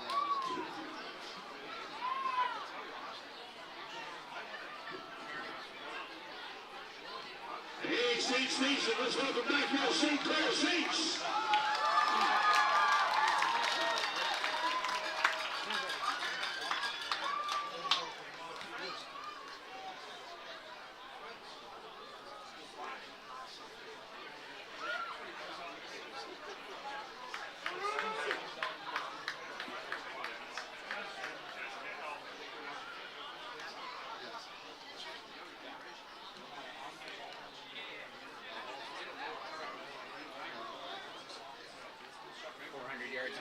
they watch every half? on their. Yeah, well. Oh, yeah. 400 left. Too much. 405 in the first half. Too much. Where are you looking? But the total yards. 405 total. Where do you see 405? I'm seeing 310 plus 95. The rushing and passing. Wait, why do you have 398? Oh, they're including the team losses. 7. So, of course, any sacks were considered losses. So,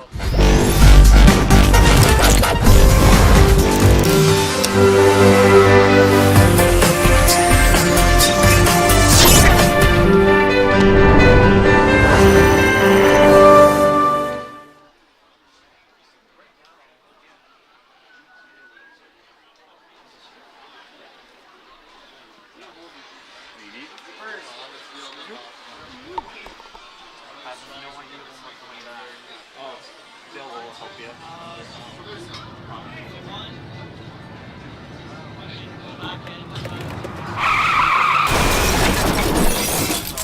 so I just need a 6.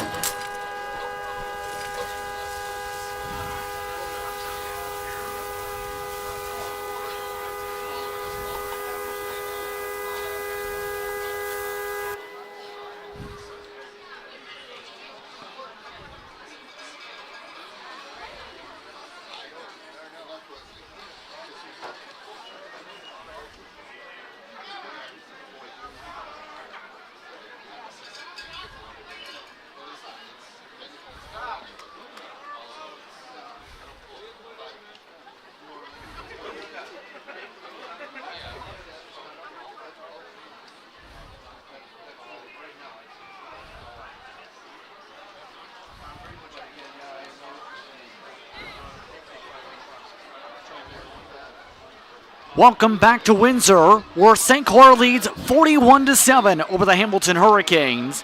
Here on Weed Digital, Justin Prince Bediquas with you. And so far, 398 yards offensively for the Saints, 157 for the Hurricanes. But Maurice Soja, 6 passes, 6 completions, 4 touchdowns. Strong start, to say the very least. Underway for the second half, the Hurricanes bring the return around the 35-yard line as they look to try and get more than the 7 points put up from the first half. Yeah, and I think it's hard to come out of that half when you gave up that explosive play at the end. But this is now a first-year head coach who is now feeling the sort of halftime wrath of the Saints on the road. His job is to make sure his players know it's 0-0 right now. And can they just win the second half? Maybe not win the game, but win the second half. Starting things off with a running game. You see a traffic this time on the carry. Once more, it's Scooney for a pickup of about 4, 2nd and 6. I'm just waiting for that one time where Duke just decides to keep that ball. We mentioned it earlier, they have a triple option type set, but Duke hasn't kept the ball once yet. And it's looking like the end men on the line of scrimmage for the Saints are really committing down. Maybe he'll hold on to one of these times. 2nd and 6 from the 40. 1 minute into the third quarter of play. This time, Scooney takes it himself. Tripped up and marked around the first down markers. A gain of about 6 is enough for the first down. Yeah, and they've had some success running to the edge. Scooney has some decent yardage. He's been sort of their spark plug in that first half. But what you need to be able to do is string together 5-6 first downs and keep this explosive Saints offense on the sidelines. So 64 yards in the first half for running 2 carries, about 10 yards in the second. I formation, Scooney again. This time Scooney picks up another about 5-6 yards. 2nd and 4, the ball spotted around the 53 rather. Yeah, and I'm more than okay with this mindset because it tells me they're committing to what maybe was their initial game plan. And they're focusing on just winning this, starting with this opening drive, but maybe winning this quarter and then winning this half. So the spot is, in fact, at 52. For the option, this time at the middle, the ball pops out. Another fumble from Scooney, and St. Clair retrieves it just on their side of the field. Now, again, Scooney's running hard. He has 20 more this half already on top of the 60-some-odd he had to open in the opening half. But that's the second time he's put the ball on the turf, and now the Saints are the benefactors of yet another turnover with great starting field position. The Saints don't need any extra help getting yards and getting possessions. You can't give it to them. So ball security has been a genuine concern for the Hurricanes, and it's going to be a concern moving forward if they can't hold on to it, because anybody can beat you if you turn the ball over like that. They've more than doubled their fumble total entering tonight, by the way. Doyle Marshall carries a few people, gets to about center field, spotted around the 54-ish yard line, second down. Yeah, and Doyle Marshall was relatively quiet, had a handful of carries, had some 20-some-odd yards, but he had that 120-yard touchdown run. I wouldn't be surprised if they really try to get him out of that eye set under center, get the ball downhill to him, let him start rolling and feeling a little bit more rhythmical with getting 12, 14 carries in this quarter. 2 back in the motion. Fullback setting up from Lewis. Gannett trying to dance, can't dance around everybody. The tap around leads to the sack in turn, that time by Burnett, his second back in the field. Yeah, I absolutely hate when offensive linemen are staring back at their quarterback like that, and then the quarterback gets hit. Like, yeah, you might have missed the block, but you got to try to recover and try to re-engage with somebody. Gannett made the first guy miss, but the next thing you know, as he slides, he just eats a defensive lineman or is eaten by a defensive lineman. That's a recipe for disaster. Now, I know they got Soija, but they got a good thing going. Punted away by Knight. Sailing through the night sky, picked up around the 26, 27-yard line. We'll turn around Raka and having to drive back more so inside the 25 is where it's marked. Yeah, and that's part A is catch the ball in the air, and he did catch the ball in the air, but he ran about 20 yards. Unfortunately, he lost 2. He went sideways and then backwards. You catch the ball in the air, fall forward, keep going forward. Take every yard you can. Now, It didn't hurt you, that turnover. You're restarting the third quarter with a second possession. Take care of the ball. Emphasize that. Ball spotted at the 23 after all that. About 4 minutes into the third quarter of play. 41-7 still the score line. High formation look once more. Duke sets things up. Handoff. Scooney gets it around the 33, 34-yard line. And that just around the first down markers does get it. 1st and 10, and Scooney is down. Yeah, and he looks like he's holding on to his leg, and he's been the workhorse for them. Again, that gets him probably into the close to 90 yards on the game, but those 2 turnovers are looming large right now. He's been their best offensive weapon thus far. Losing him will be a problem. Their offensive line has created some holes for them. Let's hope that he does make a speedy return to the game. Maybe it's more of a cramp or a Charlie horse. Doesn't look like he's writhing in pain, but we hope the best for him because he's been their offense for the most part this whole game. So the train staff assisting Scooney back up. And some additional trainers coming from the far sideline for the Hurricanes in turn as well. So where do they go running back wise? Behind him on the jump chart is Juanluca Maraca and Ben Hustle. See what they elect to do here in turn as a result here. So 1st and 10 from the 33. Well, first play after that, they go with the fullback at the halfback spot. Jeremy Hicks swallowed up at the 30.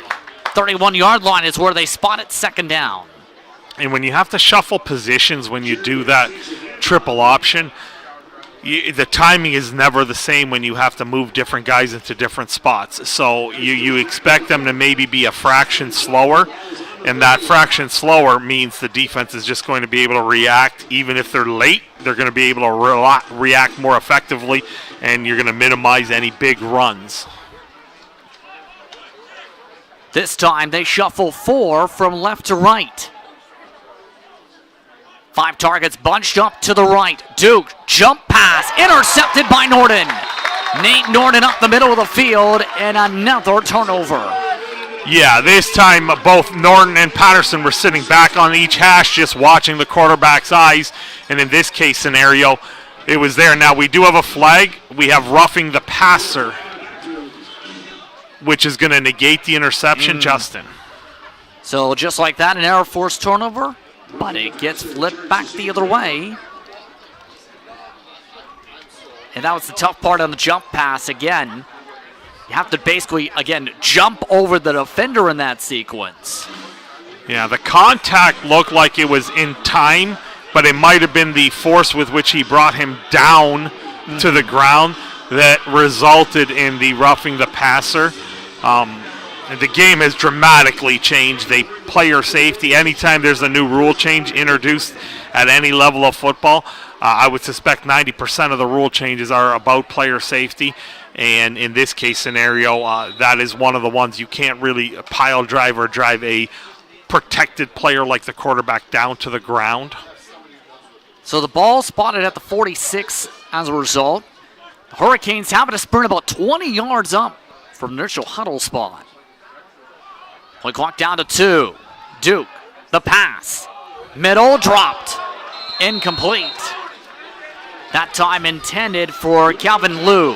2nd down. Yeah, and Duke did a nice job of staying in the pocket. The offensive line gave him just enough time to sort of scan the field and allow that crossing route to come open. And, as you said, flat out drop. 2nd 10, 46-yard line, the spot. And quickly we're approaching that midway portion of the third quarter. Hurricanes taking a long time in the huddle here. They only have 5 seconds to set it up. 2 down to 1, and whistles blow. And Did they get the timeout in time? It does not appear so. Violation That is on the white. 5-yard penalty remains, second down. the case, yes. Second and long.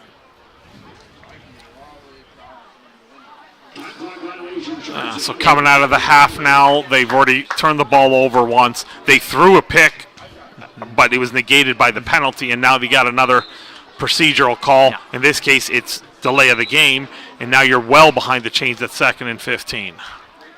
And some more discussions here. And here's the thing, there is a small electric board I've noticed a couple of times from the Hurricane sideline that I think is partly for that, partly a play call. If you have an electric board that signals that you would think that would limit that a bit, for the substitution part at least. Yeah, I mean, they do that. I've seen it flash a few times, whether they're calling players in or out, or whether they're actually using that to signal the play to the quarterback. Just the mechanics of it didn't work that time and obviously resulted in the foul. 2nd and 15 for the 41. Duke rolls right. Holding call possibly on the rundown. Duke gets it around near midfield. And it looked like It was, that was Seamus Parlow who drawed it. yeah, well, it was Schooley who actually took the penalty. That was a running back who just grabbed. He absolutely lassoed him, and you're going to bring this back here. I mean, sometimes you would consider declining a penalty if it's going to be 3rd down and 5, 6, 7, but I don't think this offense is threatening enough where you might play the field position game and drive them back and make it 2nd and 25. And if they convert it, I guess good on them, but I would suspect it's in your favor to make it 2nd and Holding 25 here. on the offense. Number 2. 10-yard penalty remains, second down. And they take your advice. Are you sure they can't hear you from up here? Well, I'm loud. I know that, Justin. I'm just pretty confident they can't get that unless they have the feed down at the sideline. 2nd and 25 from the 31. 5 receivers bunched up all on one side, just one target to the left. Duke looks to the sea of receivers, flag thrown in the backfield. Scooney breaking a couple tackles, doesn't get to the original line of scrimmage. And we'll see what the flag is there for. It was after the throw. All right, so now you have just a low block. You can't chop. You can't low block anybody anymore. So the bottom line is this is going to be 3rd down. Now the proper application is going to be they take the play as it stands and they back up their 15 yards and it's 3rd down and a mile. They shouldn't decline it. They should actually back it up because it's a major foul. The play can stand and they can back it up the 15 on top of it. And Scooney has gone down off the ball after the play. He was walking back to the huddle and dropped down. So the Hamilton sideline just getting the call forwarded to their direction. Scooney now being checked out. Here's the call.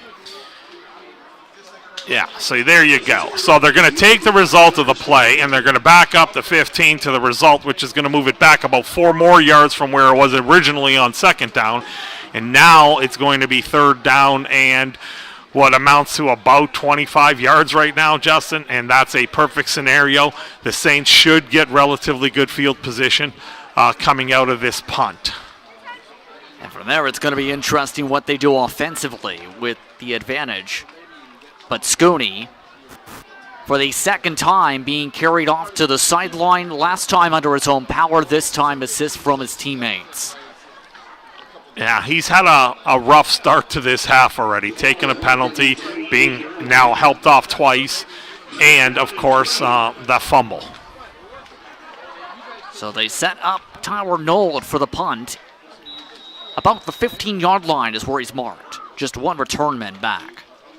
And Nold forced a run as he kicks it off towards the parking lot. The punt lands somewhere in a row of cars. And that didn't work out well. A flag is down, though, at the 13. Yeah, and if this is indeed a major foul, it's going to reset the chains. It's going to be an automatic first down here, regardless of the yards to gain. Roughing the kicker. Unnecessary roughness. Roughing the kicker. Number 4. 15-yard penalty, first down. So that, at the very least, will reset some things. I'll have to confer with the officials on that after the game. Usually a lot of the times when you're on the run and you're in a posture that he tucked it initially and then turned to kick it, he's already committed to the play. He's a runner on top of that. That was not a rugby-style kick. I don't know if he's afforded that much protection. I don't necessarily like that call, but I am not an expert, so I will ask about that. But it looked like it was not necessarily roughing the kicker in the traditional sense. But nonetheless, the Hurricanes do dodge a bullet because that automatically gives them a first down. And here's the question, where's the first down going to be? Because it looks like Hamilton wants it to be at that original line of scrimmage. So I'm getting word from the officials that it was because it was contact to the head. So not so much roughing the kicker and the plant leg or anything like that. It was the contact to the head, which that is clearly understandable because that we know has been taken away from the game fully. That's more understandable, absolutely. And a more recall. And once again, the officials now conferring to the St. Clair sideline. Yeah, Coach Lachance is just wondering what the call was, and he's just trying to figure out exactly what's going on right now. And now he's walking away from the officials. Again, contact to the head. Yeah, but the problem with that is that wasn't necessarily the initial call. Yes. The call was roughing the kicker. And if we would have seen the motion from the official where he says roughing. Oh, and there's a flag. They've thrown it for the bench. Yeah, which they're going to get an objectionable conduct, so that's going to put 10 more forward on this. And they were looking towards one of the offensive linemen who was not dressed in pads, Jaden Caston. And the entire bench is now trying to get them to cheer things on. At this point in time, I just would much prefer to see the bench and the players focus in on the next play. You're going to get back out on the field. Look, Objectionable conduct. Penalty. Don't compound On the it bench. right now. Whether you like the 10-yard call or penalty, not, first you're not down. changing it. Again, maybe it was just misinterpreted. We saw that it was roughing the kicker. If they would have motioned where it was contact to the head, then you can't argue that call. Exactly. It's a player safety issue, and that's not what was. We didn't have that visual. We were actually told from our announcers booth when the officials came and gave me the heads up that it was contact to the head. Correct. Okay, that's fine. And then the bench penalty gives them the other 10 yards on top. So the ball spotted at the 53, under 8 minutes to go in the third quarter. Duke in the shotgun. No back. Duke quickly in the backfield. Fabre with the sack. And that, to me, is what you want to see. Okay, the play happened before. Come back and make a play defensively. That's how the crowd should respond. That's how the bench should respond. Don't worry about the officials. They haven't done a bad job. They're doing what they're supposed to be doing. That's okay. Go out and make a play defensively and make them go second and a mile again. It favors you now. Back on track. Now, again, if you're Hamilton, you got to find a way to protect this passer a little bit because he has been brought down a handful of times already. And the edge rushing, we talked about it a little bit, big coming into tonight, 6 combined sacks. That total has really much gone up. Duke, 2nd and 18. And whistles fly down in the midst of the sea of things. Now, I'm not saying it would have been a first down, but your quarterback hits you. He's been standing in getting hit, and Kelvin Liu has to come down with that. That ball was thrown on target. Again, if it's not a first down, maybe it makes it third down and 5, Justin, and they'll go for it. They're down a ton of points, 34 points, right? Right. They might go for it. They're not going for it from their own end when it's third down and almost 20. So, once again, Nold comes back out to punt. To return back this time for St. Clair. It's time. More line drive. Calhoun with the return. Brought down around the 41-yard line. And so St. Clair's offense takes to the field. How does this now play out? Do they keep 1A and 1B? It looks like Soij is coming in, so yes, they're Yes. going alternating series. Now, we're 8 minutes into this, 8.5 minutes into this. This is their second possession, if I'm not mistaken, and they've only run 2 plays because then they had to punt right away. Correct. So their offense hasn't had the ball much in the last 35, 40 minutes of real time when you figure in halftime. Let's see if they can actually get some momentum and rhythm going. Rutherford of the motion. 2 others join in. Soja. He's been perfect so far. He scrambles this time, avoids the sack. And up for a first down and more. Soja moves back, brought down around the 43, 44-yard line, and the lengths come into play again.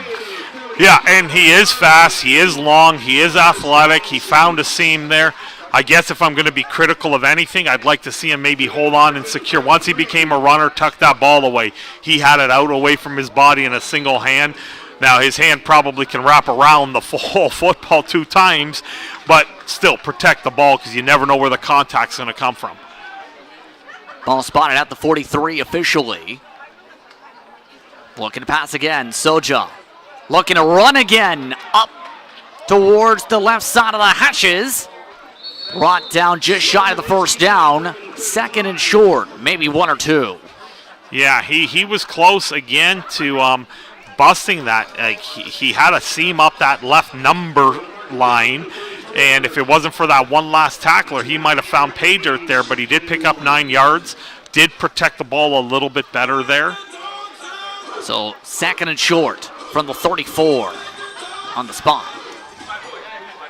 Under 5 minutes to go now in this third.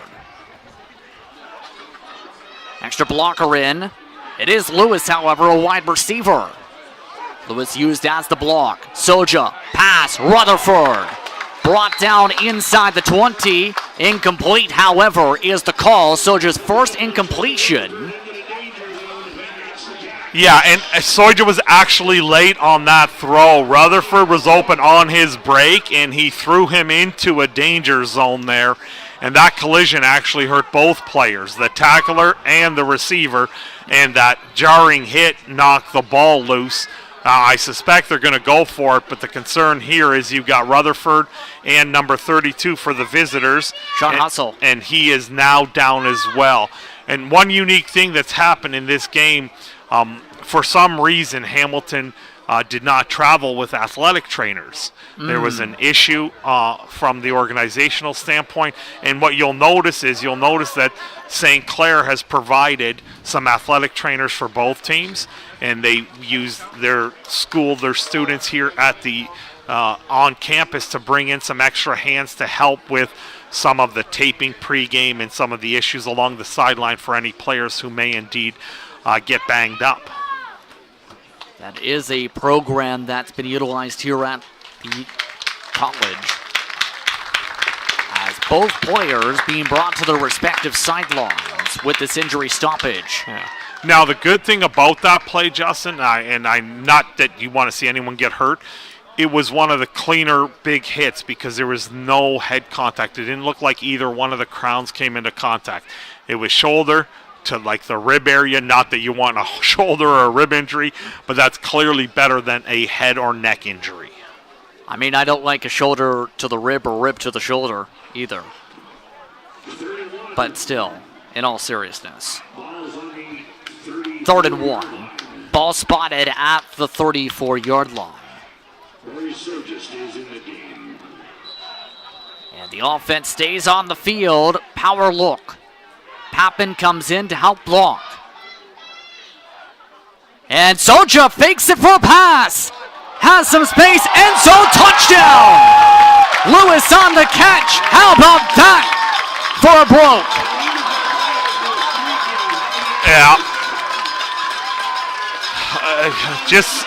That was just a straight go, and guaranteed Soja's eyes lit up when he saw pre-snap that he had press coverage from that slot defender. And that was Lewis again who just got right up the seam, and he didn't even hesitate. He exploded, and Soja took one step back and put air underneath it and let him run under it for his 5th touchdown of the game. 5 passing touchdowns for Soja. Extra point, up good, 48-7, and couple whistles going because there's a flag down at about the 7-yard line. So hold on for that extra point on the board for now. Yeah, it looks like you had the Hurricanes were offside, lined up right off the get-go. That came out pretty immediate, Justin. They're trying to block it. They're trying to get in there. Any inch you can steal, they're going to try to steal. That's a relatively common foul on an extra Offside point. on the extra point.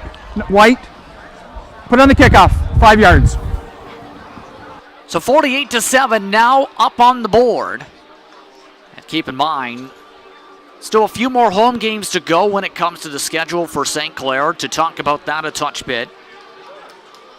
When it comes to that schedule, St. Clair going to the GTA next time out for September the 17th, but they do have Ottawa coming into town for the first time in a long while. Or it feels like at least. Yeah, Ottawa's coming in. They were in Ottawa for their season opener earlier this year, and now Ottawa has to make that trek down the 401 all the way to Windsor, Ontario here, and in 2 weeks' time. Ottawa is going to obviously be a team to be reckoned with, but it's a long trip, and we'll see how much Ottawa has improved from that opening game. 1-3 is the record coming into tonight, by the way. And the kickoff, let's go for some trickery. The trickery gains them maybe 7 yards as everyone joins the party. About the 27-yard line is where the spot goes. Yeah, that to me exposes your return man a little bit too much. They were not bringing any extra blocking on that reverse, and you literally flip it back to the guy without any potential for blocking. And like you said, there was a convergence. There was a bunch of green jerseys there to make that tackle. There's no way the Saints were going to get fooled on that. They maintained their lane integrity and collapsed that reverse instantly. 1st and 10 for the 28 is the spot. And going directly to Hicks on the snap. Hicks brought down for a gain of 1. Well, I'll say this. I'm not sure what happened in the earlier games today in terms of defensive players, but right now we got number 52 for the Saints, Fabre, who is just an absolute game changer. He has made 3 or 4 tackles for losses already. He has a sack, maybe a second sack. I'm not 100% sure on that, but the reality of it is he has been flying all over this field right now, and it is showing that he has taken over the game from his edge spot. 2nd and 10. Marking the original line of scrimmage. Some troubles on the initial handoff. Hicks now running backwards. Now trying to run circles. Now he goes the other way. And wow. And that was something. Yeah, and this is something I alluded to earlier with Schooley out, right? When they're doing that sort of triple option with the veer behind it, you take your feature back out of there and somebody else has to take that feature spot, which means you'll shuffle another person in. One person gets messed up at all, and you end up with a play like that, Justin. Scramble play, running sideways, flipping around backwards, another loss of 5 or 6 yards, and now you're punting from, about your own 5-yard line. Ball spotted at the 22 officially for now, and another player coming out. And it's one of the top receivers in Luke Lemessier, who's been very quiet tonight, reception-wise. Lemessier coming out on his own power. And the Hurricanes still don't have the full substitution sorted as a result here. So once again, the punt unit coming out. Tyler Nold, the punter.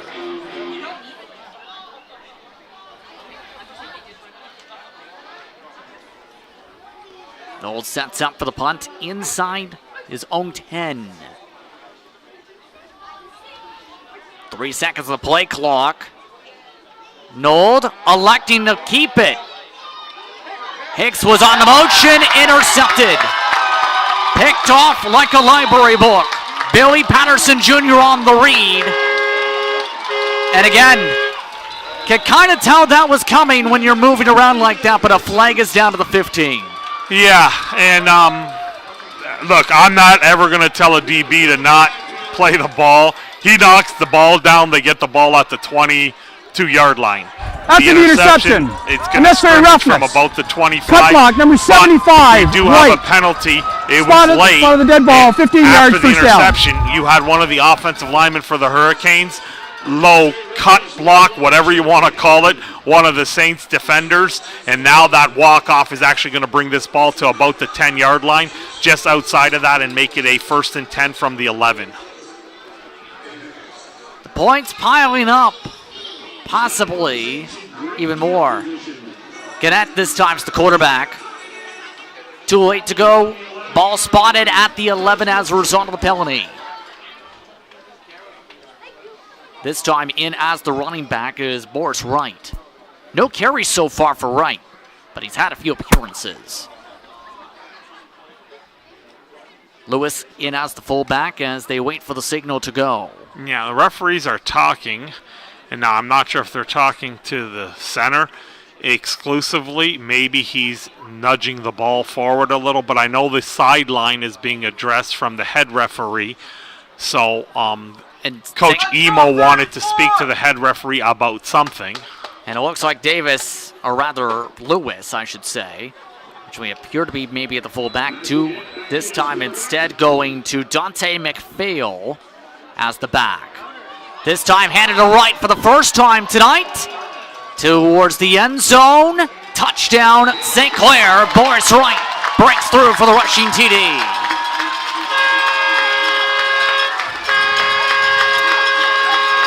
Yeah, and that time the offensive lineman got a big surge. Boris Wright wasn't touched until he got to the 1-yard line, and his momentum carried him through that extra yard, and that's just, they're now imposing their will on Hamilton. So Hamilton is getting dejected with every single play that's happening, offensively or defensively, because they're going backwards on offense, and their defense is getting pushed around right now.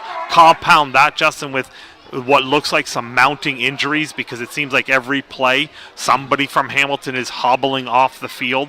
So with a little over 16, almost 17 minutes left in the game, Hamilton now needs to really bear down and get through this without any major injury so they can get into next week and regroup. Again, Boris Wright, his first carry from scrimmage tonight. And when it comes to that, he is somebody that can provide some blocks. We've seen that especially last time out. But now, minute 53 to go in the third. Starting to see some motion from the third-string quarterback, Owen Mowat-Bennett. Starting to get warmed up a bit with this lead almost up to about 40. Yeah, I would suspect that they will start using a lot of secondary players. Get a couple of the starting O-linemen out. You probably have only about 8 dressed. So whatever 3 extras you have, get them out on the field. If there is a center who primarily works with that quarterback, now I know they do shotgun. They just sort of work with them and get them some more reps as the season goes on. Your third string barely gets any. And a trip up on the return. So there was some space for that return, but nowhere to go after the trip up for Luke Miller, the safety. I love the placement of that kick. You put that thing inside the 30, outside the numbers, to the sideline, and the return man has to run 20 yards just to get it, and his momentum forced him to trip. There's as equal a chance that he's going to mishandle that thing, so that's a good kick. I like that positioning of that kick. Some defenders getting some chances on the rotations. Nick Carter amongst those, substituting in for Fabre on the rotation for 1st and 10 at the 27. Oh, some trickery again. This time it's Hicks getting a space, breaking a tackle. Nearly sheds off one, brought down by a 2nd and 3rd. Jeremy Hicks, the DB, breaking ahead. Yeah, so they send 2 to the offensive left. They show full flow, and Hicks weaves back, counters back off of that. The defensive players get themselves out of position, and all of those secondary players that just had a chance to get in on the field have now been substituted back out for what it looks like the first group.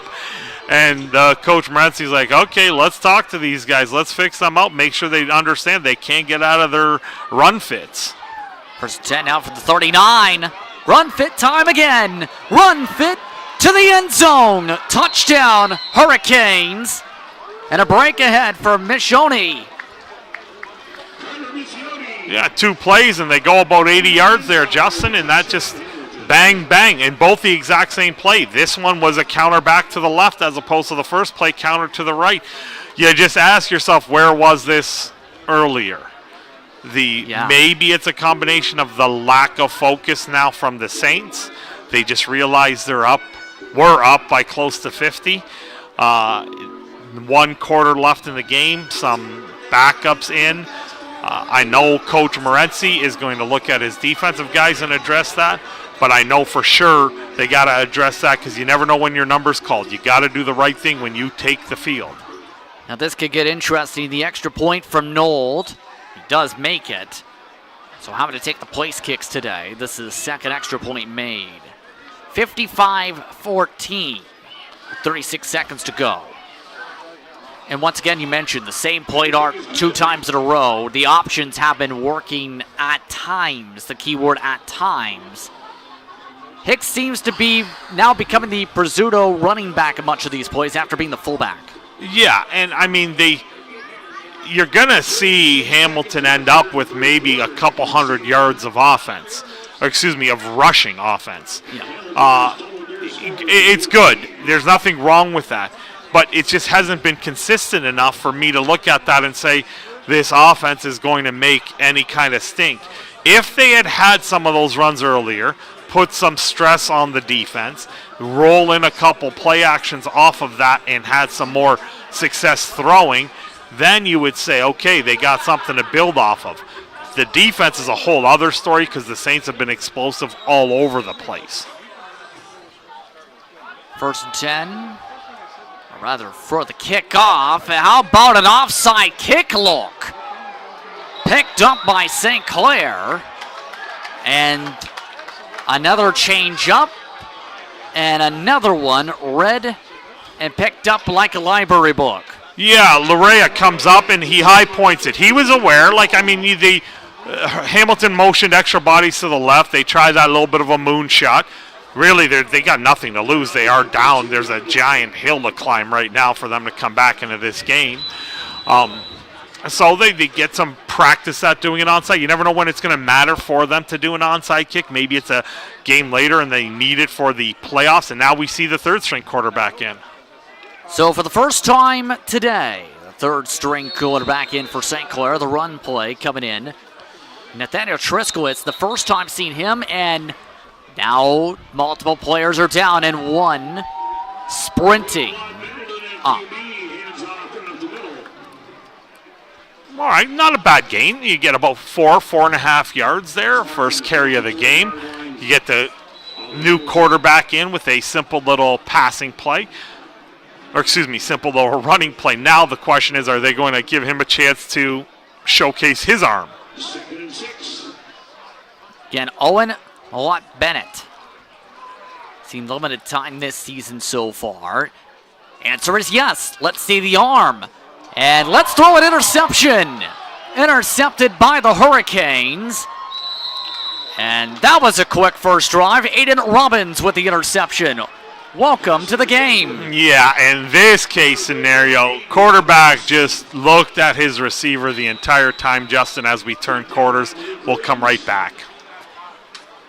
And just like that, Three quarters down, 1 to go. You're watching We Did It All.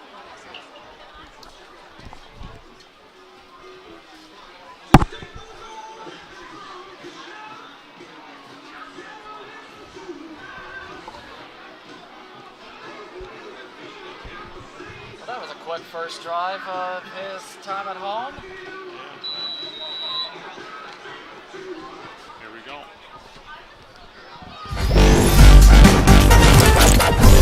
Getting set to get back underway. Fourth quarter of play, rolling here on We Did It All. The backup's in for the Hurricanes. Incomplete to start off. This is Kieran Dej, who's now in at quarterback. They look to give him more experience after what was rough passing performance in the first few quarters. If I'm not mistaken, he was on the team last year. I remember calling his name. So correct. I do believe Dej played quarterback for them last year. So he does have some passing experience at this league, unless my memory serves me completely wrong. But I think he has some experience at this level. You can say, but first time today and tackle to the backfield. Yeah, and that was the penetration that we saw earlier. And in this case scenario, it's big number 99, Hayden Burt, who broke through into the backfield, bringing up a third down and long. And Hamilton keeps the offense on the field right now. 3rd and 16. Like I don't necessarily know if I like this call, only because you're not coming back in this game. You have to practice some things, and you have to get your punt units out there, and you have to execute those things. I think there's value in that. Looking to pass is Dej. Intercepted. Picked off by St. Clair. All the way inside the 10-yard line. Nearly turned to a pick six. Yeah, it would have been a pick six if he didn't run into his own guy. Keyshawn Cuff ran right into him and negated any chance of a return for a touchdown. I believe that was Nicholas Malman able to get the interception in. Again, this was a unit that struggled to force interceptions. Oh, look, it's changed. Just like that, the interceptions have really ballooned. Yeah, and one obviously was on that fake punt. But now you have the backup running back, the backup quarterback in the scoring zone. I formation. Setting up with Gage Blasco, the running back. Blasco on the carry. Blasco trying to blast on through. End zone touchdown, St. Clair. Yeah, and that is old school slots I 32 ISO type of play, where you're just going to let the fullback lead, the offensive lineman pretty much man block, and you let the running back find his way through, and he powered all the way down, wasn't contacted until about the 2-yard line, and pushed his way into the end zone. So you're getting some backups in and getting some productive plays out of them. So now they're 61 with the ensuing extra point here. And that was, again, I didn't like the play going for it on that third down Hamilton had, Justin. It didn't make sense to me. And Ethan Everly is the one now taking the extra point.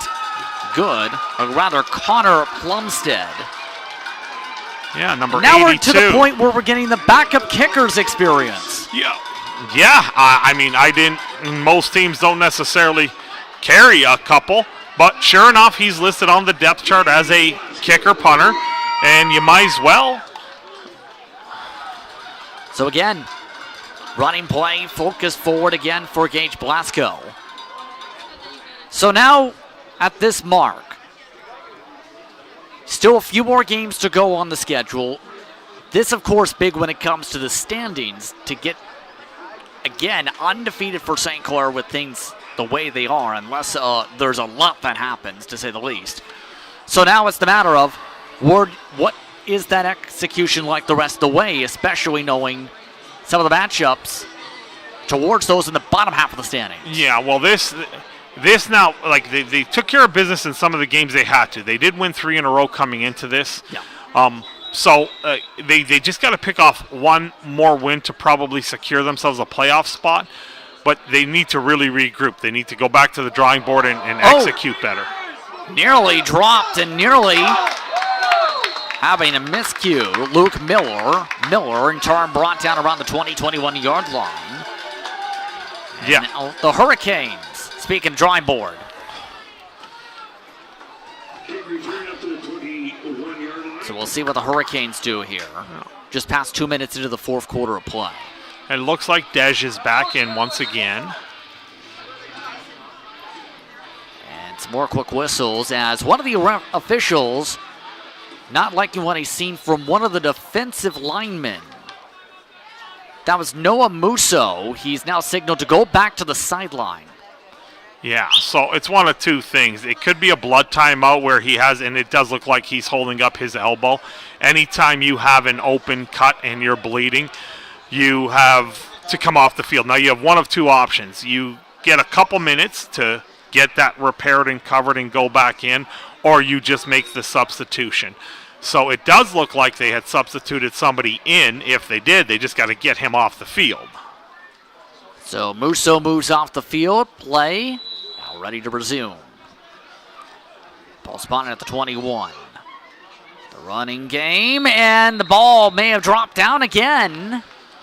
And those are both your defensive ends. You have Grattan and Fabre meeting in the backfield, converging on the ball carrier. Another tackle for loss, putting them behind the chains here. Just with the way things are shaping out here. Second 11 at the 20. Hurricanes position for 1. This will be loss number 2. 2 of the motion. Make it 3. Dej. Scrambling right. Design throw motion.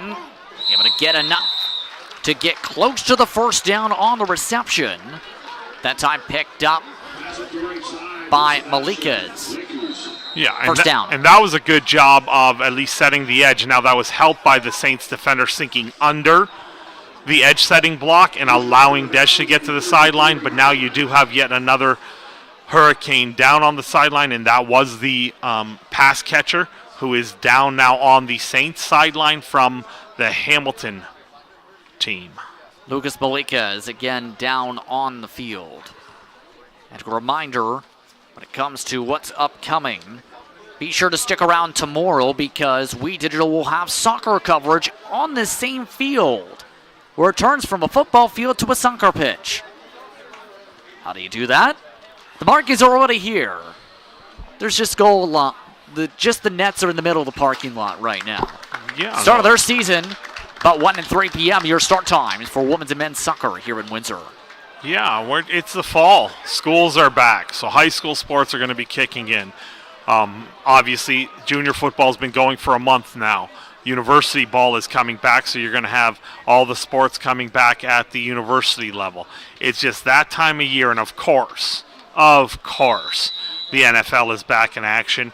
And us being down here in Windsor, Ontario, we're thrilled with the Detroit Lions opening victory the other day at Kansas City. It's something that we really appreciate down here. And tomorrow, a full slate of NFL football. Interception from Dej.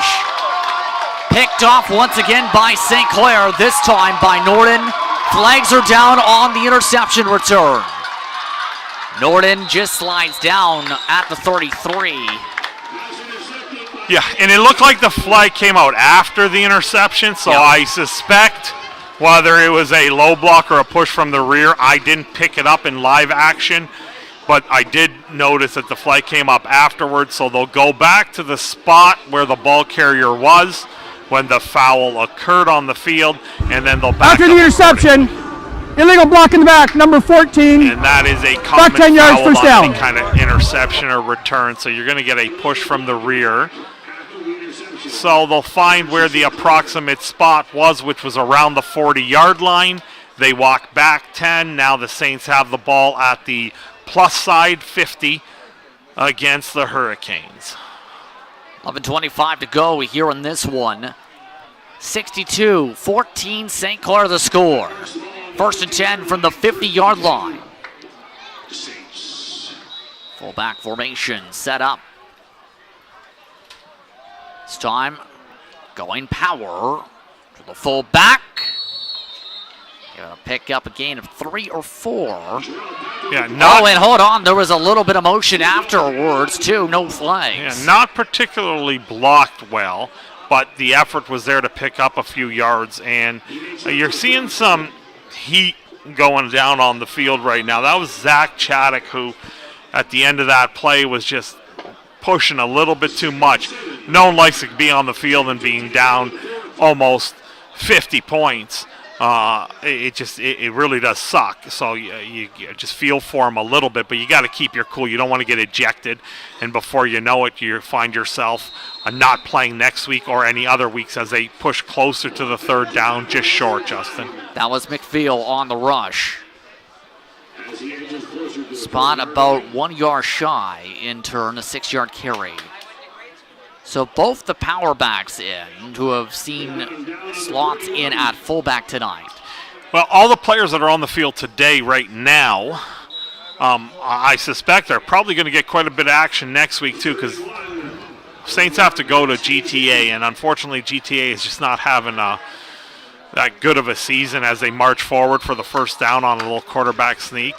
So these guys here are auditioning for even next week to get some extra reps, because this is going to add that depth that's needed as you make a deeper playoff rush. And in the event of an injury, you want to have film on these guys. You want to see who the best 2s and 3s are. Mm-hmm. And after all, we talked about this a lot more last week, but that same article did mention about saying, we have about 15 or so guys who could start. About 10 or offensive linemen who could be starters in this league. The 2 best quarterbacks. The confidence was there on the depth chart. Twiskowitz flanked down to the backfield. Twiskowitz gets down to the 30. We'll see where the flag comes into play. Yeah, you're probably going to get a hold on the offensive line there.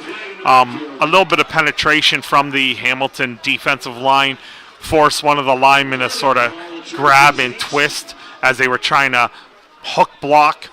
You're trying to seal the edge so the running back can establish the outside run, but there was a little bit of a grab and turn, and that's going to bring them back 10 yards. 1st and 20 as a result. Spot now going to be at the 47-yard line. About 9 minutes to go. A busy day, by the way, here at the Sport and its park, rather the Sports Park, to rephrase. Earlier today, softball getting underway here on the main campus. 26-0 the run differential in the first 2 games. Run it. Quickly tackled around from McPhail. McPhail, I should say. Coach LaChanze going to a play close to my heart. An inside trap. Unfortunately, when you don't run the play very often, it's not so much a staple. Boy, we coached together a lot of years, and that was a bread and butter play for us. A lot of years, a lot of games. Watching our guys just set those blocks up and trap back underneath and go for big chunk yards. It was nice to see that little wrinkle in there. Unfortunately, they barely picked up a yard. 2nd and 20, the spot. High formation this time. Looking at the bootleg. Mallett Bennett, the throw. Incomplete. And that makes it 3rd down. Did have a target downfield, but Deshaun Johnson was 5 yards forward of it. He did. And when you have a 3rd-string quarterback, and realistically even in practice, he's not getting a ton of the reps. Right now they pretty much have 2 1s. So they're getting 90-95% of the reps. The 3's getting maybe 5 to 7% of those reps in practice. In this case scenario, he's rolling out to his left, which is his off shoulder. He had a lot of time to attack that line of scrimmage, square his shoulders up, and at least turn to deliver a better strike. He tried to throw across his body, and there's very few, as we see what should be a flag down, but no yards. There is not a flag behind, as we have the kicker who is down, but I thought there was going to be a roughing the kicker, and there is not, but it looks like there's going to be a no yards, but the referee, the head referee with the white hat, pulled his flag out of his pocket, had his hand on it and then tucked it back in. I'm not convinced that that's the right call. I thought there was contact on the kicker. Preston Knight had 3 different trainers make it 4, sprint up to him. But one of those is Coach LaChance. Yes. Want to make sure your kicker is okay and your punter. First down. Yep. So the no yards is confirmed, by the way. And once again, deep in their own territory. With under 8 minutes to go in the 4th. So they should get the ball around the 25-yard line now. Yeah. And now the head referee and is looking for Coach LaChance. He's just going to talk to him. And it looked like Coach LaChance just listened to what he had to say, and that's it. Nothing much to it. I'm not sure what the conference would have been. If he didn't think it was a foul, he didn't think it was a foul. 1st and 10 from the 27. Dej gives it off. Looking for space is Hicks. Hicks hurdles a man. Gets pushed out around the 41-42 yard line.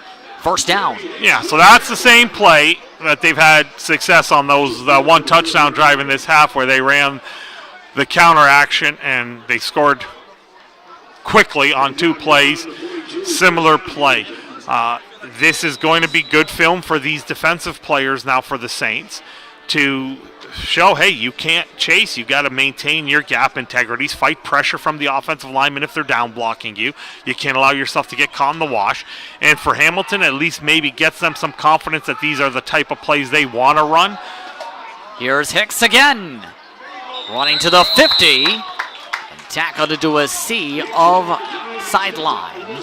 Yeah, and that's more of a little power O. They bring the guard around, and again, the end men on the line of scrimmage have to do a better job of coming up and forcing that under to where the help is. If the end men continually get sealed like that, running back has a tremendous amount of ground to work with.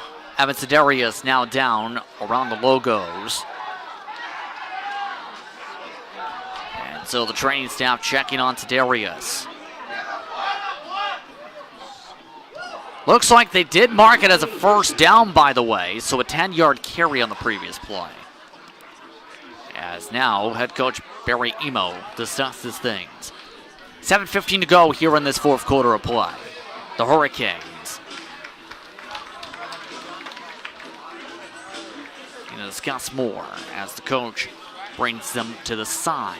The Hurricanes, their next matchup, by the way, not going to be so easy because next game is against London at home. At Tim Hortons Field, by the way.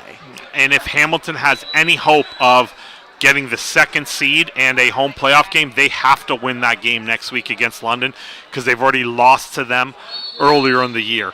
And going into the game, London will have 2 losses and Hamilton will have 2 losses, at which point in time the decider of that game could very well end up being the 2nd place team because they only have 2 losses to their schedule. Machoni, that time of the rush, by the way. Pickup of about 3. 2nd and 7. At center field. Yeah, now on the Saints sideline, you got Coach LaChance huddled the entire masses up talking to them. He's telling them all, keep your cool, keep your head about you. Don't get anything stupid. We need all of you for every game this year. And the last thing we want is to see somebody get hurt or somebody take a stupid penalty, get ejected from this game. Maintain your composure. The balance of this game means nothing. 62-14 with 6 minutes left. You know the outcome. Make sure nothing stupid comes out of this.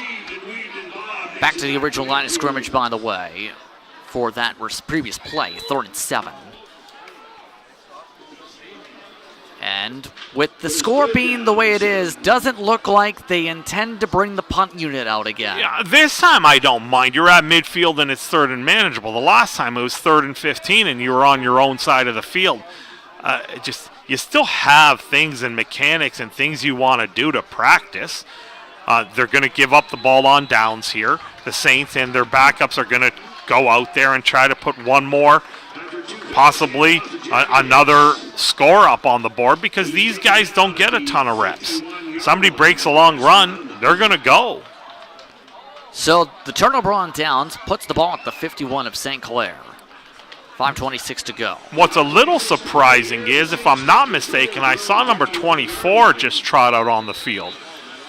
That would be MJ Doyle Marshall. Yeah, and at this point in the game, unless he's trying to work something out, a little bit of an injury, because he doesn't have a lot of carries today. I don't even know if he has more than 12 on the game. Looking to pass. Want Bennett. Flags are up. And quarterback down. Yeah, you're going to get another holding, but they're going to decline that penalty, and they're going to obviously let the sack stand. And there was just not a lot of time, it seemed. No, a couple new linemen in at the tackle spots. You got these Holding, big bodies, 67 on the offense. they're not engaged Penalty in is the declined, game quite second yet. down. They're setting so deep, they're just getting barrel rolled, and you got to allow yourself to sink your hips, deliver a punch, negate some of the rush from the end men on the line of scrimmage, and they're just not doing that right now. Now, young, maybe they are brand new to the game, obviously at this level, but you got to try to execute. Again, good film for Coach Rice to sort of look and evaluate.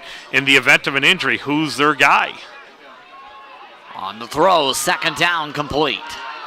Picked up and shedding tackles is Everly.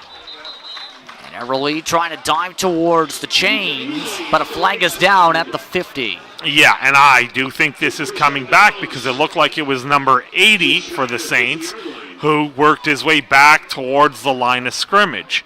And at least that's what I saw from my vantage point up here. So either you're going to get a push in the rear or a blind side, and it does look like you get the push in the rear, and it's going to negate that run. Push in the back. 63 on the offense. 10 yards. Still first down. So a 10-yard penalty is indeed charged. And they'll move the chains back again. Yeah, so it's going to be 1st and 30, because on first down initially they had the second down repeated. Oh, excuse me, no, the board is showing, so it should be second down and a big chunk, because on first down they declined the holding and they took the sack. Correct. So now it's going to be second and a boatload. Second down and about half a marina. Fullback in play. On the throw, complete. Picked up by Johnson. Johnson sheds one. Spins back into a second. It gets to about the 43-yard line. Yeah, we got another flag down. It was thrown right away, so do we have an offside? We do. We have an offside against the Saints. That'll be declined. It'll be third down, and they'll have offside, to obviously punt. 87 on the offense. I don't know what's declined, on anymore right now. Third down. At this point in time. And with the offensive offsides being declined, third down here. This gets back to the point that actually was a lot more mute last week. Penalties were big before the London game. Then St. Clair proceeded to have very little penalties. Tonight, they've come back into play now in the second half. Yeah, this second half is a product of guys not getting the experience. So far, I would say for the most part, the Saints were relatively clean from the penalty perspective. This is the only, right now you have backups, and guys who just haven't played don't have a ton of experience. They're more inclined to have penalties simply because you just don't have the talent on the field. Now, you have 3 flags down. You have one on the far side, one in the middle, one deep.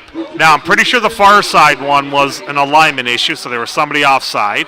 You have a no yards, which is the back one, but I believe you have an unnecessary roughness in the middle of the field, because I'm dissecting it as quickly as I possibly can, but that's what I have sort of pieced together in split seconds. Let's just see if my eyes tell me as I'm trying to scan the whole field. The officials just trying to get things sorted before gets things here, so let's see the penalty yardage, I guess you could say. Hold on a sec. We have 2 fouls on the play. No yards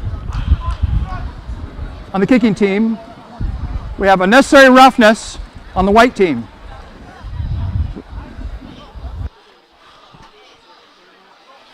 And I think they've lost track of the third, or it's just the two. Yes, it's the two. Well, Yeah. march out the difference, 10 yards from the spot of no yards for. All right, so I would suspect.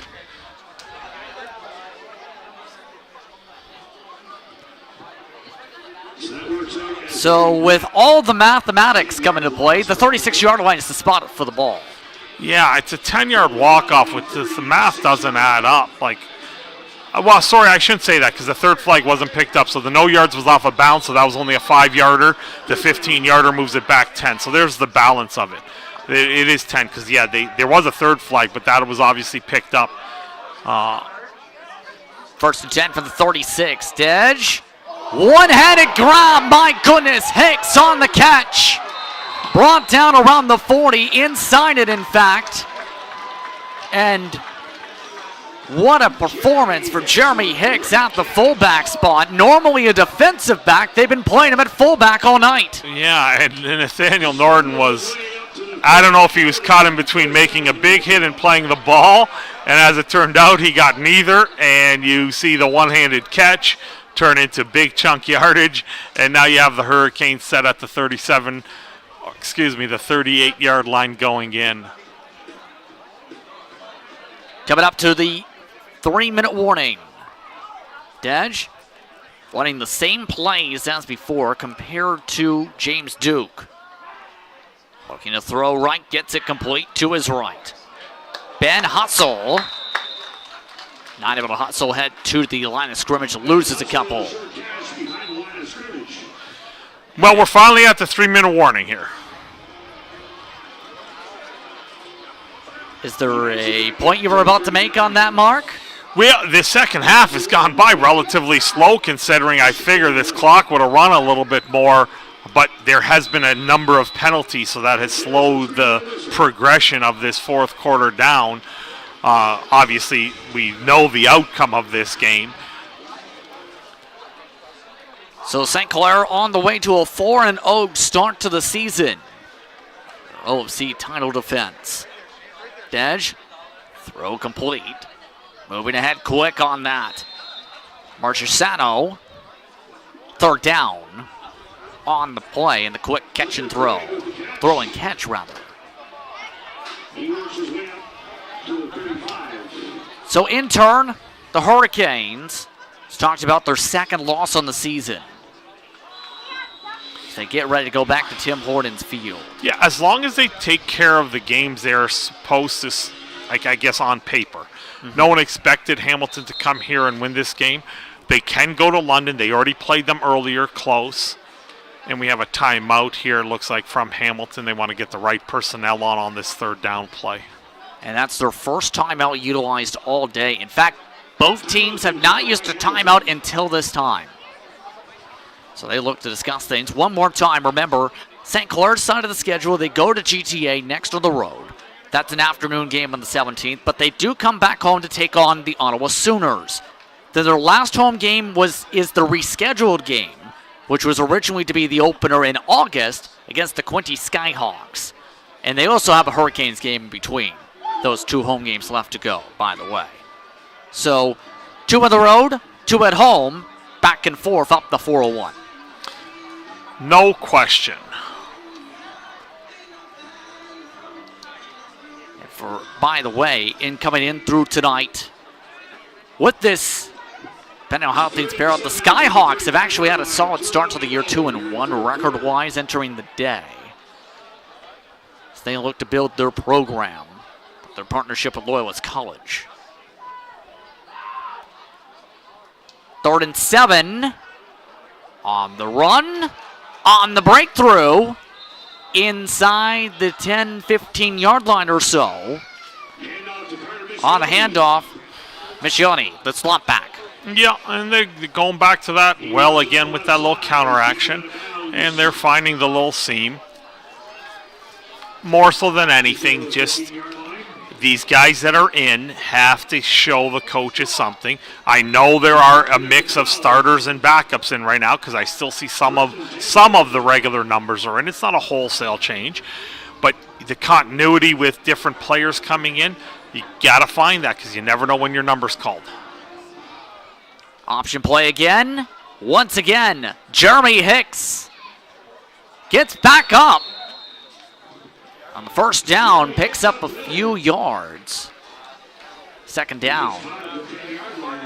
10-yard line is the spot. Yeah, and the numbers are going to come out just a little bit skewed. I venture a guess that you're going to end up seeing Hamilton 220, 230, maybe even closer to 250 yards on the ground. Most teams, if you have 250 yards rushing, you got to like your chances, but this game, that result is severely skewed as Dedge breaks off the left side, his right side. Oh, and he might have bobbled around. Looks like he held on to the ball. Looked like near fumble for a second. But it looks like he has just enough maybe to get a first down and reset it for a goal situation. Waiting for the full motion on the chains. One player is down. One knee. And the train staff is being signaled for with 1:17 to go in the fourth quarter of play with the offensive linemen for the Hurricanes. So right now, train staff checking on the offensive linemen. Believe that case might be Ronnie Clair. Yeah, and of course, with 1:17 left, neither team wants to suffer anything that is going to be consequential for the balance of their season in terms of an injury. It's nice to see that he's able to walk off under his own power. It could just very well be exhaustion, too. I mean, these guys are leaning on him. They're trying to run the ball an awful lot, and you got an uphill battle, obviously, against a physical Saints defense, but he's slow moving, but at least he's under his own power, and it doesn't seem like he's nursing anything in particular. First and goal is the signal from the 2. Dedge rolling left, throwing into traffic, incomplete. And the designed bootleg throw doesn't work. Second down and goal. I'm sort of liking what I'm seeing with Dedge. Again, maybe he just has a little more comfort in the passing game at this level. Not sure if this is something they're going to look forward to because, again, Hamilton has to evaluate this tape too and see which players are going to best suit them moving forward because they have to make sure they're ready to play a London team next week with a chance of hosting a playoff game. If they win next week, they got a good chance of possibly hosting a playoff game. Second and goal. This time going the power look. And he's short. Yeah, and this is now gut check time if you're the offensive line and the defensive line, actually, for both teams. There's a lot of pride when it comes to 1 yard. You want to get it, you don't want to give it. The O-line really wants to bear down and go get this last one. It doesn't matter that you're down 62-14. You want to win that clothesline area play for just this one last drive. 1,100 fans in attendance throughout tonight's action at Acumen Stadium. Saints looking for one more stand to the end of this one. Dedge trying to get the punch in. End zone touchdown. And the Hurricanes get on the board for the third time in the end zone, and flags fly. Yeah, and initially the surge was stopped, and then he was able to just sort of slide to his left off his tackle and sneak through in there.